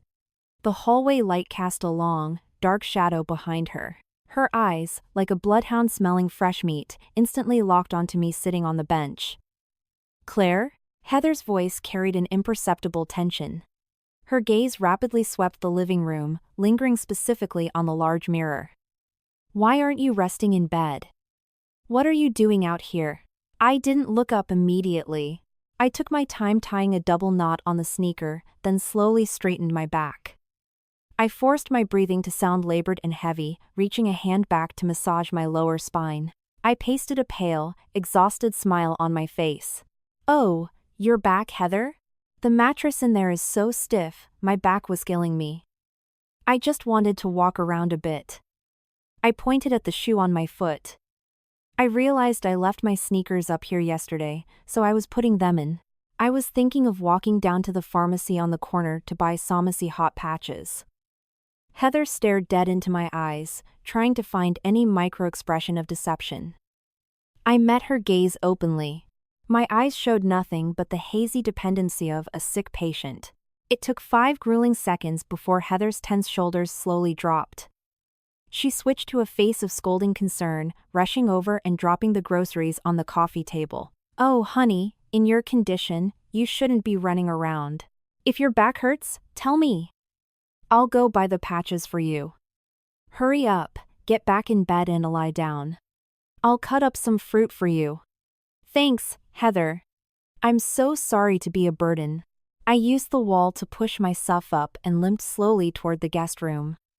The moment I turned my back, I felt the cold sweat that had entirely soaked my undershirt. My fingers were clamped tightly around my phone in my pocket. When I was looking at the ledger, I didn't have time to take photos, but I had blindly hit the voice memo shortcut button on the side of my phone.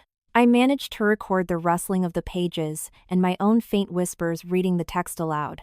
When I walked into the guest room and closed the door, I leaned against the cold wood, gasping silently for air. Heather. Carter. The bulletproof armor you wove has been ripped open. Since you love playing with fire, I'm going to use the very stage you built to orchestrate a finale that will burn you both to ashes. I leaned against the door for a long time, letting my heart rate settle. Theliger soaked in my cousin's blood, and the pills meant to destroy my mind hung over me like a guillotine. I had to accelerate my counterattack. I walked over to the bed and was just about to lie down when a loud, aggressive argument erupted from the hallway outside. I cracked the guest room door and looked into the living room. The front door was wide open.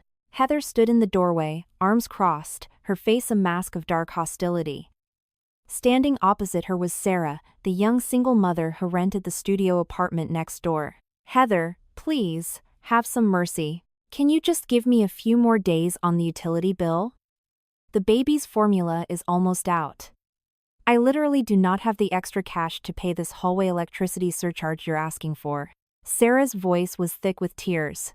The infant strapped to her chest seemed to sense its mother's distress and began letting out weak, raspy cries. The gentle, virtuous mask Heather wore around Carter and me had vanished entirely. She let out a piercing sneer. Give you a few days? Does the HOA give me a few days? Does the power company? You sit at home all day washing diapers for that little debt collector, running the water meter like a spinning top. Why should the rest of us subsidize your utilities? If you don't hand over that $300 right now, I'm going straight to the breaker box and cutting your power. You can't sit in the dark with your brat. The cruelty of her words was staggering. The shared hallway electricity for our building amounted to maybe $10 a month per unit. This was blatant extortion. She was bullying a weak, defenseless tenant for cash. Sarah was pushed to the brink, tears streaming down her face. Her thin shoulders shook violently, but she didn't have the words or the power to fight back. I stood in the shadows of the hallway, watching this play out. My heart felt like it was encased in thick ice, observing Heather's ugly, true face. This woman would murder her own family for money. Of course she would extort a helpless tenant. But I didn't stay silent. I took a deep breath, reset my expression to the mild, slightly weary look, and slowly walked out into the living room. Heather? What's wrong? Why are you so upset? I spoke softly, breaking the hostile standoff at the door. Heather whipped her head around. The vitriol on her face instantly froze, immediately morphing into an awkward, forced smile. Oh, Claire, did we wake you up? It's nothing, just this renter next door constantly refusing to pay her share of the utilities. I'm a straight shooter, so I was just giving her a piece of my mind for the rest of the floor. I walked to the door, my eyes landing on the infant strapped to Sarah. The baby was wearing a slightly oversized, worn-out fleece jacket, its little face red from the cold. Those clear, innocent eyes blinked up at me, carrying the faint, pure scent of baby formula and ivory soap.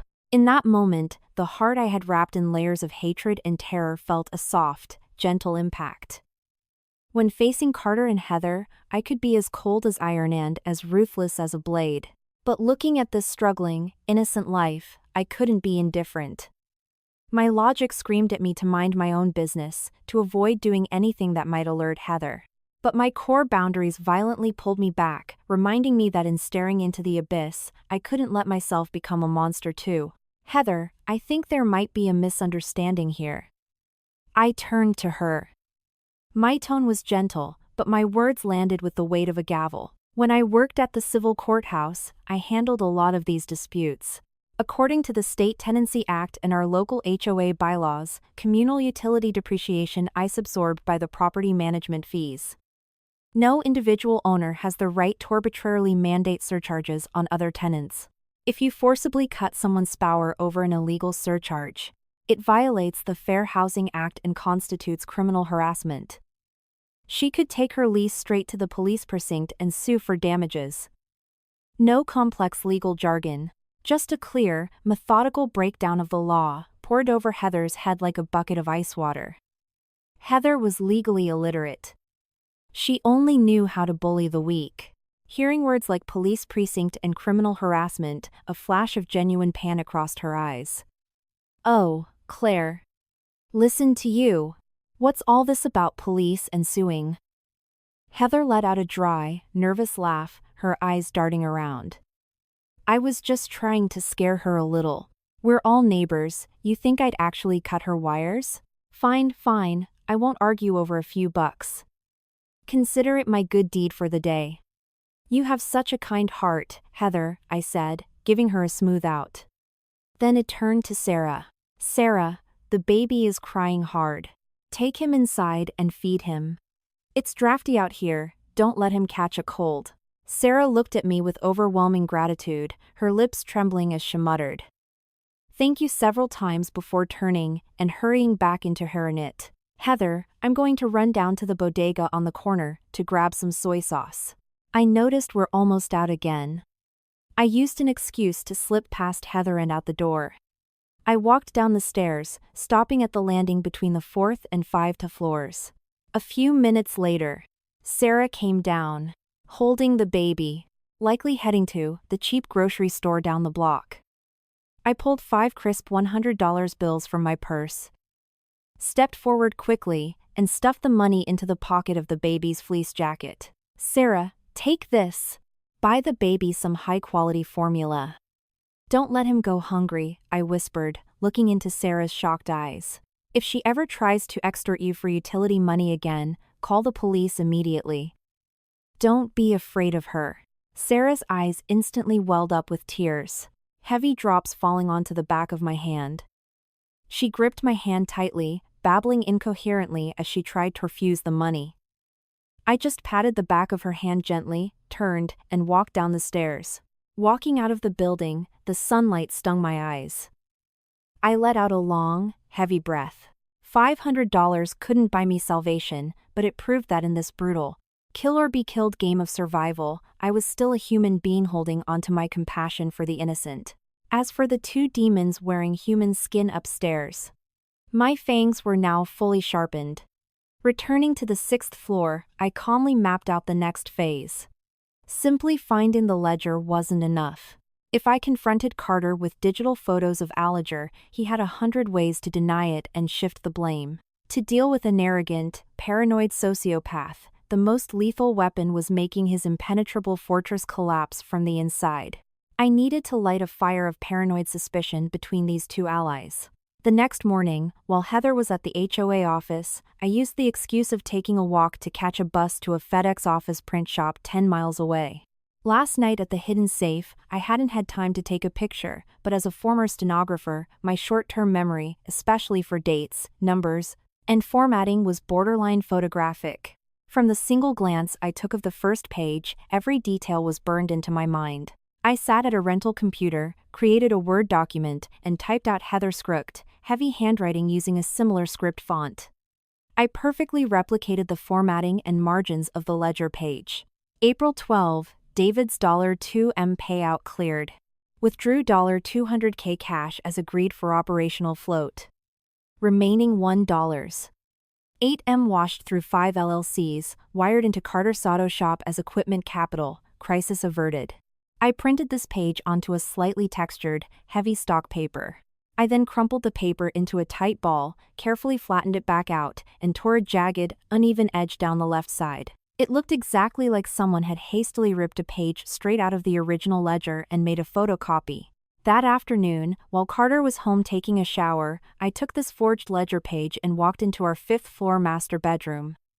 His black leather Toomey briefcase was sitting on the nightstand. I unzipped the most hidden interior pocket and shoved the crumpled page deep inside, burying it under some financial reports.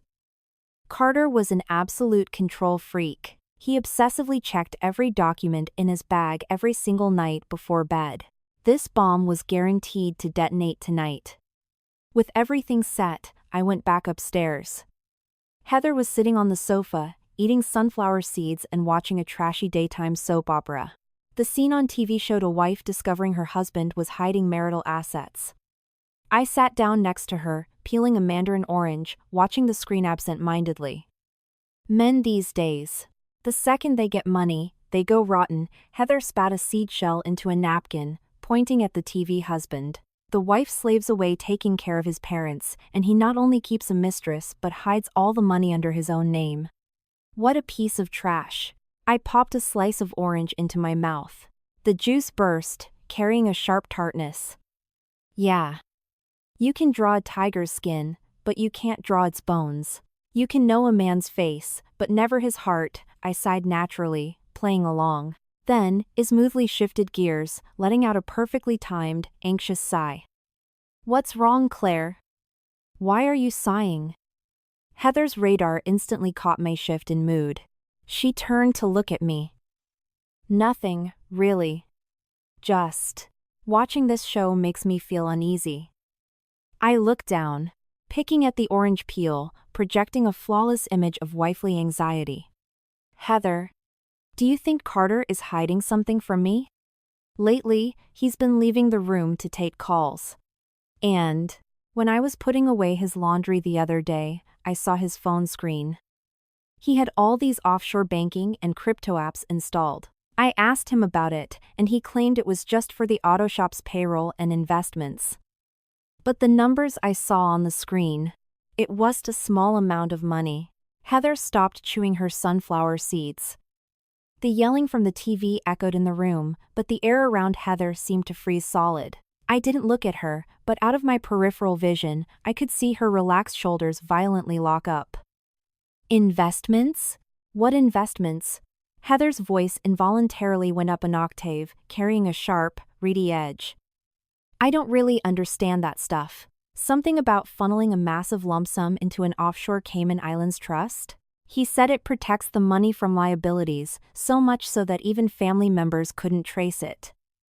I looked up at her with wide, innocent eyes. Heather, tell me the truth. When a man starts shedding money in secret offshore accounts, does it mean he's getting ready to leave his wife? Does his auto shop really have that much cash to just throw into overseas trusts? The color drained completely from Heather's face. It looked atrocious. She forced a smile that looked worse than crying, waving her hand dismissively. Oh, men! They just want to build their empires. He treats you so well, don't overthink it.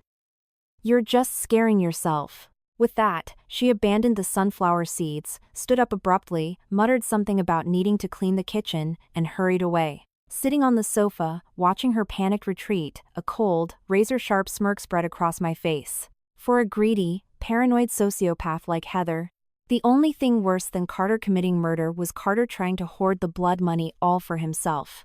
The fictional offshore Cayman account I invented, combined with Carter's recent erratic, secretive behavior as he prepared my accidental death, perfectly validated all her darkest suspicions. The seed was planted. The vines of paranoia would grow wildly in their dark hearts until they strangled each other to death. And all I had to do was sit in the audience and watch the dogs tear each other apart. By Thursday afternoon, the plumber had finally cleared the main stack for the 6th-floor bathroom. The nauseating smell had mostly dissipated. Using the excuse of there's no place like home and complaining about my back, I adamantly demanded to move back down to my own condo. Carter and Heather tried desperately to get me to stay, but seeing my unusual, stubborn insistence and terrified of arousing my suspicion, they had to compromise.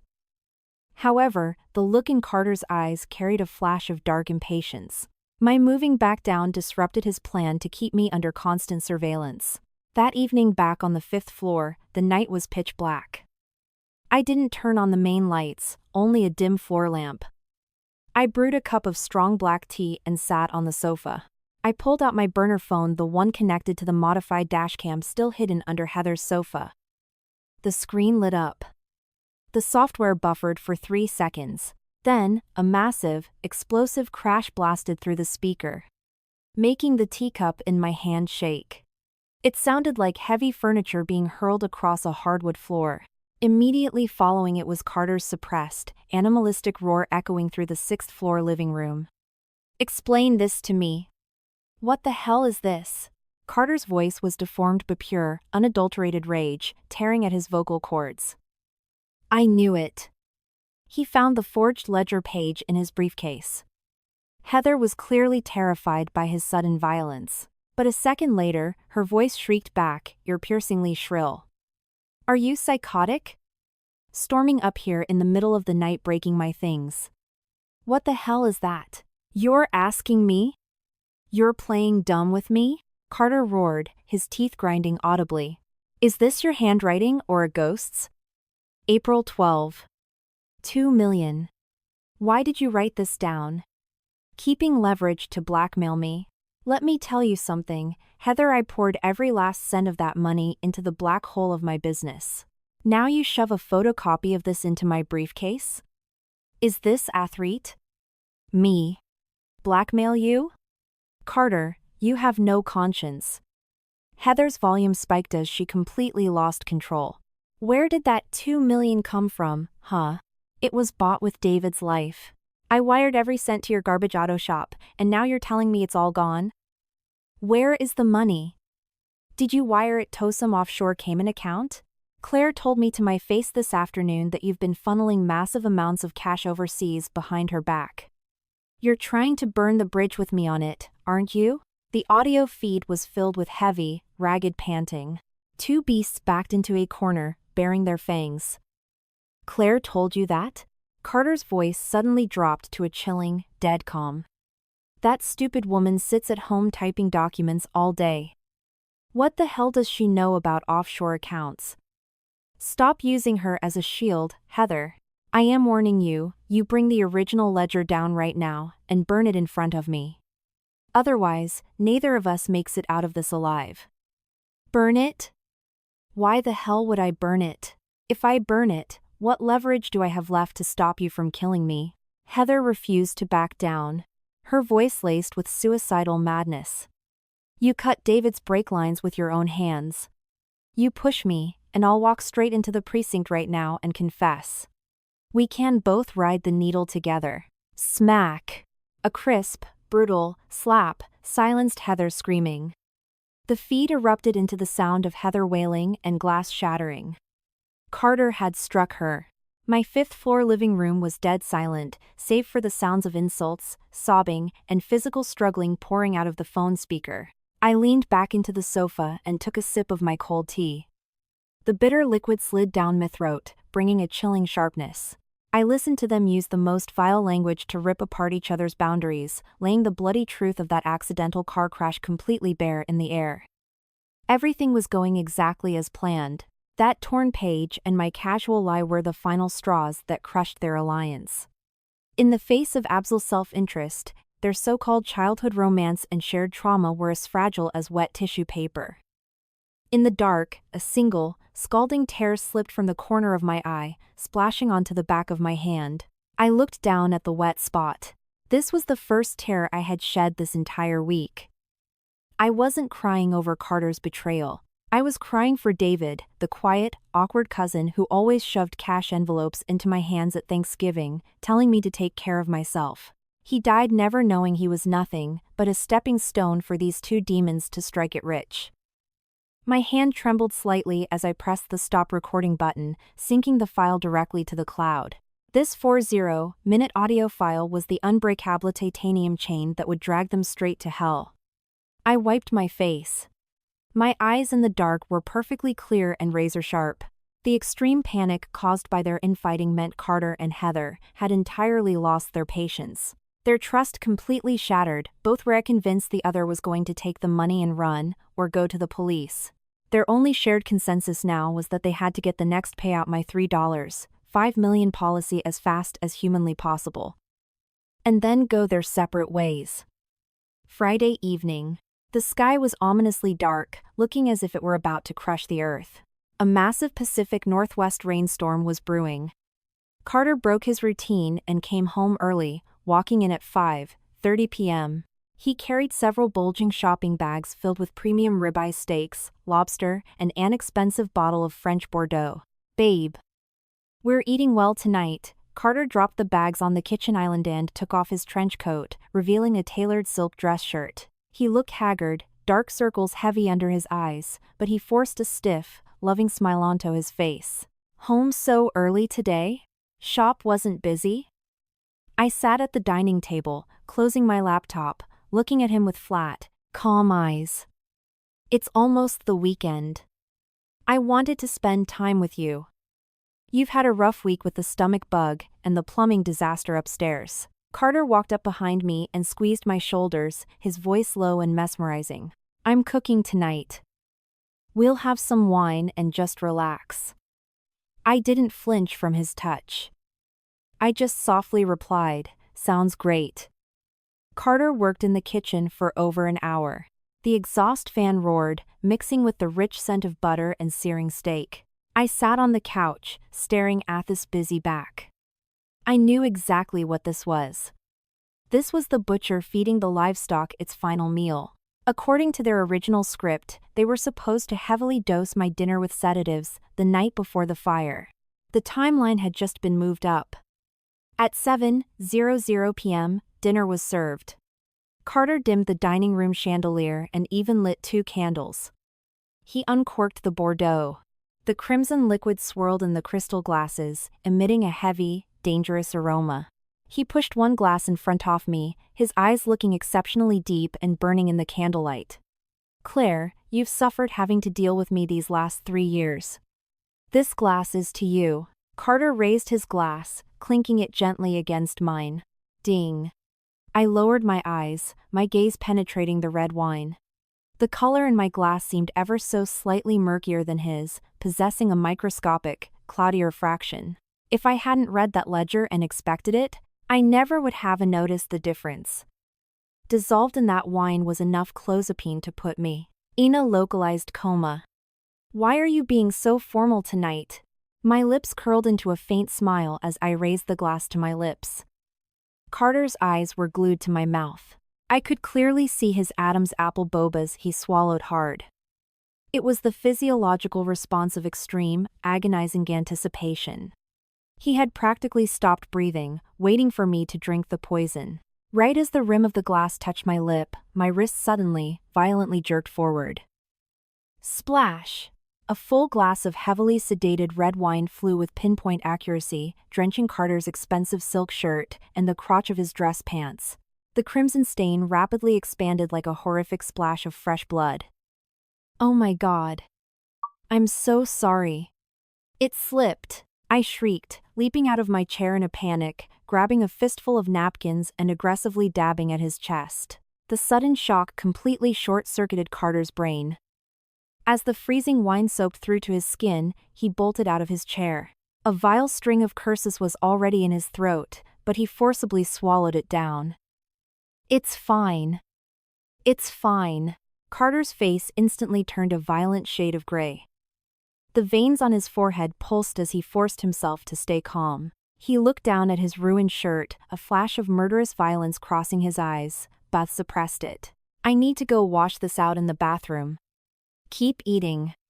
He spun around and stormed toward the master bathroom, slamming the door shut with a loud bang. Listening to the sound of running water and Carter's muffled, furious cursing, I quickly grabbed 2 paper towels, wiped the spilled wine off the table, and shoved the damp towels into my pre-packed black leather tote bag. This cat-and-mouse game was over. The prey wasn't just refusing to lie on the chopping block, she was pulling the plug on the butcher's entire operation. The running water masked any noise in the condo. This bought me the most critical few minutes of my life. I didn't hesitate. I stood up from the chair. A black raincoat was already hanging on the entryway coat rack. My heavy tote bag packed with every single piece of lethal evidence was hidden directly beneath it. I didn't put on heels. I slipped into a pair of silent, soft leather flats. Every motion was fluid, without a microsecond of panic. Years of working in the courts taught me one thing: physical distance is the only real self-defense before the suspect realizes they've been made. I gently depressed the door handle. With an almost inaudible click, the door opened a crack. The hallway lights flickered on. My shadow stretched long across the tile floor. I stepped out, pulling the door shut behind me, ensuring the deadbolt clicked seamlessly into the strike plate. I locked the man who was furiously scrubbing wine out of his shirt. The man woefully believed he was sending me to hell tonight inside a collapsing, inescapable prison of his own making. By the time I reached the ground floor, the sky had opened up, dumping sheets of icy Pacific rain. This was the exact storm Carter and Heather had prayed for, the perfect cover of thunder and rain to stage an electrical fire. Now, this storm was my cover. I opened my black umbrella.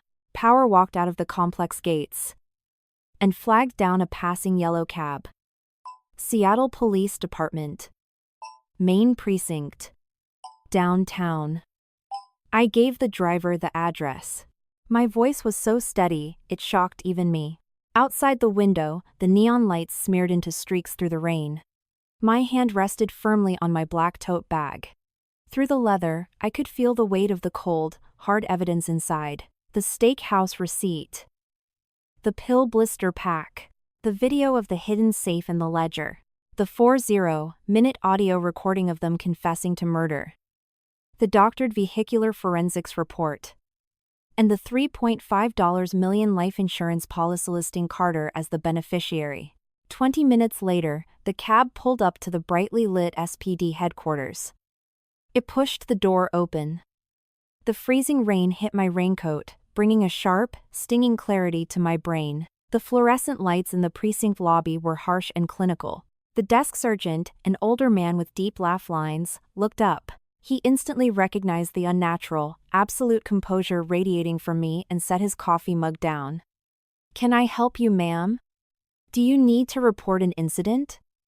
he asked gently. I walked up to the high desk, placed the heavy black tote bag on the counter, unzipped it, and methodically began pulling out the evidence one by one. "Officer, I am here to report a conspiracy to commit insurance fraud, a first-degree homicide, and an imminent attempted murder." My pacing was rapid, my enunciation flawless. Devoid of any hysterical emotion.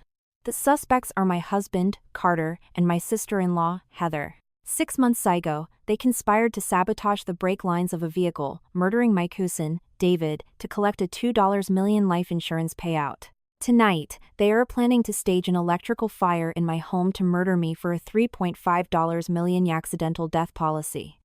The older officer's expression instantly hardened. He hit the intercom button on his desk and immediately radioed the on-duty captain of the Major Crimes Task Force.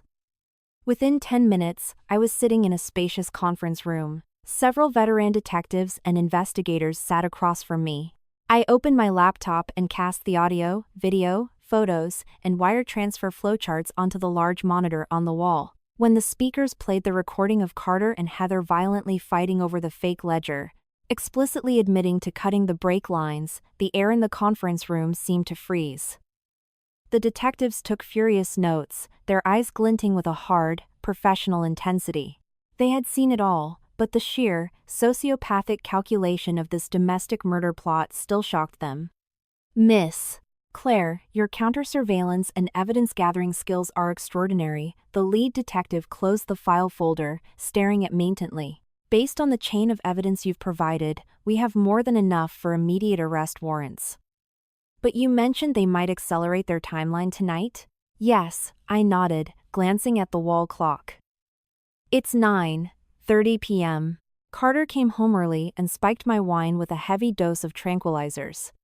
I faked spilling it and escaped.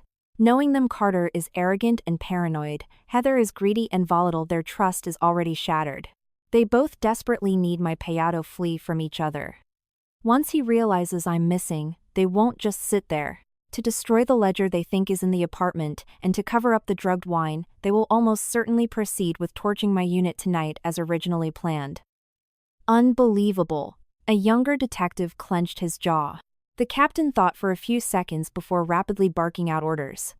"Unit 1, pull the files on the Interstate 90 crash from 6 months ago. Call Highway Patrol and secure the wreckage from the impound lot. Unit 2, gear up. We are deploying to the suspect's location immediately. Whether they strike tonight or not, we have them dead to rights." He turned to me. "Miss Claire, for your absolute safety, you need to remain here at the precinct or in a safe house we provide." I shook my head, looking the captain dead in the eyes. "Captain, I want to ride in the command van with you. I won't go near the scene. I just want to sit in the van. They plotted my death for 3 years and turned my life into a living nightmare. I need to watch them walk into their own trap and burn." The police cruisers sped silently through the rainy night, no sirens, just a convoy of unmarked SUVs cutting through the darkness like ghosts. At 10:40 p.m., the tactical vans parked quietly in a blind spot just outside my condo complex. I sat inside the mobile command center, staring at a bank of glowing monitors. The tech unit had successfully tapped into the feeds from Thermacro cameras I had installed. The screens provided a crystal-clear live view of the 5th and 6th floors. The rain was coming down in sheets, hammering the roof of the van with a deafening roar. Inside, it was so quiet you could only hear the static hiss of the police radios. At 11:15 p.m., the monitor flared. The 6th floor door opened. Carter and Heather walked out. Carter had changed out of his stained silk shirt and was wearing dark, tactical-looking athletic gear. He was carrying a heavy, black plastic jerry can. Heather followed closely behind, looking panicked, clutching a heavy Maglite flashlight. Suspects have exited the unit.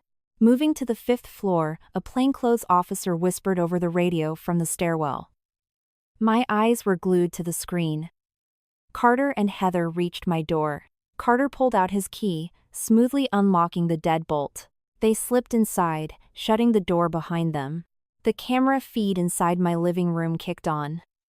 Since they had cut the main breaker to the unit, the room was pitch black, illuminated only by the frantic sweeping beam of Heather's flashlight. The beam passed over my familiar couch, the coffee table, and finally stopped on the empty dining chair. "She's not here. Where the hell did that bitch go?" Heather hissed, her voice trembling with panic and rage. "I told you that wine spill wasn't an accident. She figured it out. She went to the cops." In the harsh backscatter of the flashlight, Carter's face looked demonic. He snatched the flashlight out of Heather's hand and snarled through gritted teeth, "Shut up. Even if she went to the cops. If we burn this place to the ground tonight, the ledger, the pills, the wine, it all burns with it. Cops need physical evidence. Without it, she's just a hysterical lunatic, having a psychotic break." Start pouring. They were so utterly blinded by their own arrogance and greed that they had no idea their every word and movement was broadcasting in high definition to a dozen heavily armed SWAT officers. Carter lugged the heavy plastic jerry can to the junction between the kitchen and the living room. He unscrewed the cap. I could practically smell the overwhelming fumes of industrial paint thinner through the screen. He began splashing it ruthlessly over the hardwood floors, the curtains, and the wooden cabinets. Heather was tearing through the living room drawers, frantically looking for then-inexistent ledger photocopy. "All units, suspects are actively deploying accelerant. Intent to commit arson is confirmed. Move in. Take down," the captain ordered into his radio. Just as Carter threw the empty jerrycan aside and pulled a Zippo lighter from his pocket, preparing to strike the flint. Boom! The heavy steel front door of the fifth-floor condo was obliterated by a tactical battering ram. The door and the deadbolt were violently ripped from the frame, slamming into the interior wall. "Seattle Police! Drop it! Hands on your head! Get down!" Blinding, 1000 lumen weapon lights flooded the apartment, instantly turning the pitch-black living room into daylight. A dozen heavily armored SWAT officers and detectives poured through the door, locking down every exit and blind spot in a fraction of a second. The Zippo lighter slipped from Carter's fingers and clattered onto the floorboards, soaked in paint thinner. He froze entirely, blinded by the strobes. The arrogance, cruelty, and superiority complex on his face shattered instantly, congealing into a pathetic, comical mask of pure shock. Heather let out a blood-curdling shriek. Her legs gave out, and she collapsed into a puddle of paint thinner, covering her face with her hands, shaking like a leaf in a hurricane. Two massive SWAT officers lunged forward, executing a textbook takedown, slamming Carter face first into the chemical-soaked hardwood. Cold steel handcuffs ratcheted around his wrists with a brutal, satisfying click. "What are you doing? Why are you arresting me?" "I'm fixing a leak in my own house." "This is illegal entry," Carter screamed, his cheek mashed against the floor, still trying to execute a desperate, hysterical lie to save himself. The major crimes captain walked slowly into the room. Towering over him, his eyes filled with absolute disgust and authority. "Fixing a leak with 5 gallons of paint thinner?" "Carter." "Heather. You are under arrest for the conspiracy and murder of David, attempted arson, and the attempted murder of Claire. Save the act. Your makeout sessions in the hallway, your little black ledger in the wall safe, and the audio recording of you two fighting over how to drug your wife for $3.5 million? We've already enjoyed the entire movie." The moment the captain finished speaking, Carter's struggles ceased completely. He lay there like a fish gutted on a deck, his eyes bulging out of his skull, a horrific gurgling sound coming from his throat. He finally realized that his flawless, genius master plan had, from the very beginning, been nothing but the pathetic performance of a clown. I pushed open the heavy door of the command van. Escorted by 2 officers under an umbrella, I walked slowly back into the building I had called home for 3 years. The hallway was blazing with light, wrapped in yellow crime scene tape. I stopped at the doorway of the 5th-floor unit, looking past the shoulders of the SWAT officers at Carter, pinned to the floor. He heard my footsteps and strained his neck to look up. When he saw me standing behind the police, my eyes as calm as a placid lake, the shock in his eyes morphed into absolute, venomous hatred. Claire! It was you. You venomous bitch. You set me up from the very beginning. Carter screamed hysterically, thrashing against the officers, his facial muscles contorting into a grotesque mask. I felt no anger. I felt no euphoric rush of revenge. I just stood there, looking at the man I once called my husband, looking at the repulsive, putrid truth hiding beneath his elegant mask. You're wrong, Carter. My voice wasn't loud, but it cut clearly through the chaotic scene. I never set you up. I just took the knife you threw at my back and handed it right back to you. You two were just too smart. So smart you thought everyone else in the world was an idiot waiting to be slaughtered. Beaut in this world. No one is born prey. I didn't say another word. I turned around and walked away from the apartment reeking of paint thinner. I didn't need to lay another hand on him to punish him. I knew the criminal justice system and the endless, torturous years in a concrete box would do that for me. The price of their evil was paid by the iron fist of reality and the cannibalism of their own greed. It was the perfect closed loop of karma. 3 days later. Interrogation Room A, Seattle Police Department. I sat in the observation room behind the two-way glass, watching the ugly, dog-eat-dog circus unfold. Faced with a mountain of irrefutable digital and physical evidence, Carter and Heather's psychological defenses had collapsed within 48 hours. Without their financial alliance, their so-called childhood romance turned into a total joke. Hoping to secure a plea deal, Heather was the first to flip. Sobbing hysterically, she confessed every single detail of David's crash to the detectives. It was him.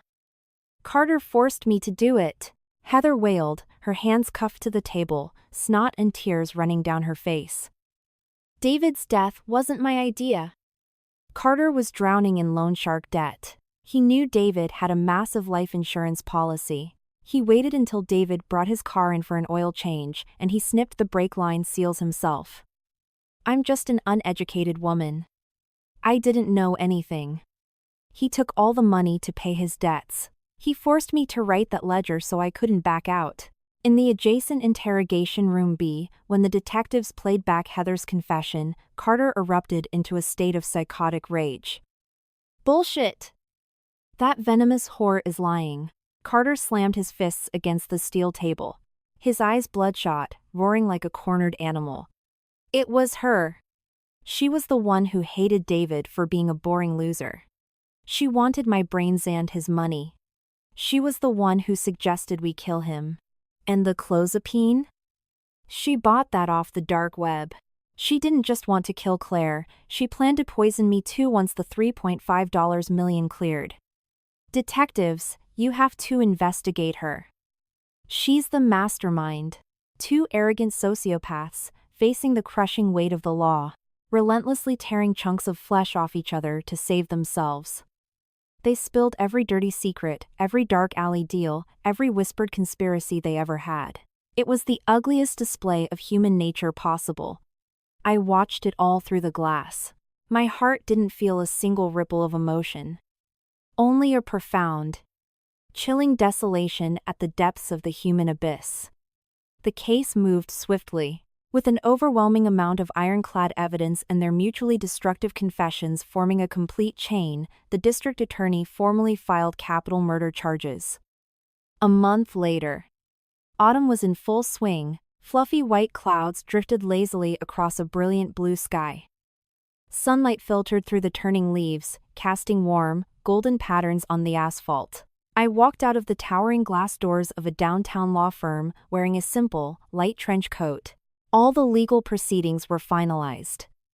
The fraudulent $3.5 million policy was voided. The $2 million Carter and Heather had stolen was frozen, seized, and rerouted through probate court. As David's closest living blood relative, I legally inherited the recovered estate. I listed the 5th-floor condo for sale, aggressively severing all ties to the place that housed so many lies. I walked slowly down the street, unknowingly finding myself on the tree-lined avenue near my old complex. In the distance, I saw old Bill. He was still wearing his faded work jacket, struggling to heave a massive bundle of broken-down cardboard boxes into the bed of his beat-up pickup truck. I didn't walk over to bother him, but I silently whispered a deep thank you in my heart. If it hadn't been for the seemingly insignificant pieces of everyday gossip he provided, I never would have pieced the horrifying truth together in time. Just then, a baby stroller rolled slowly into my line of sight. Pushing it was Sarah, the single mother from the studio apartment next door. She was wearing a clean, neat autumn cardigan, her hair pulled back neatly. The little guy in the stroller was waving his chubby little fists, clutching a brightly colored rattle, giggling with a crisp, joyful sound. Sarah looked up and our eyes met. She froze for a second, and then a beautifully clean, pure smile blossomed on her face. She stopped and gave me a deep, respectful nod. I stood in the sunlight and smiled back, waving at her.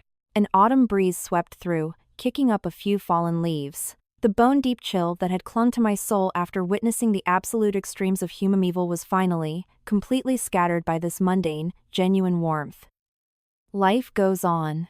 I am just a normal woman. I don't have earth-shattering power, but I have the sharp intuition and resilience forged in the quiet grind of everyday life.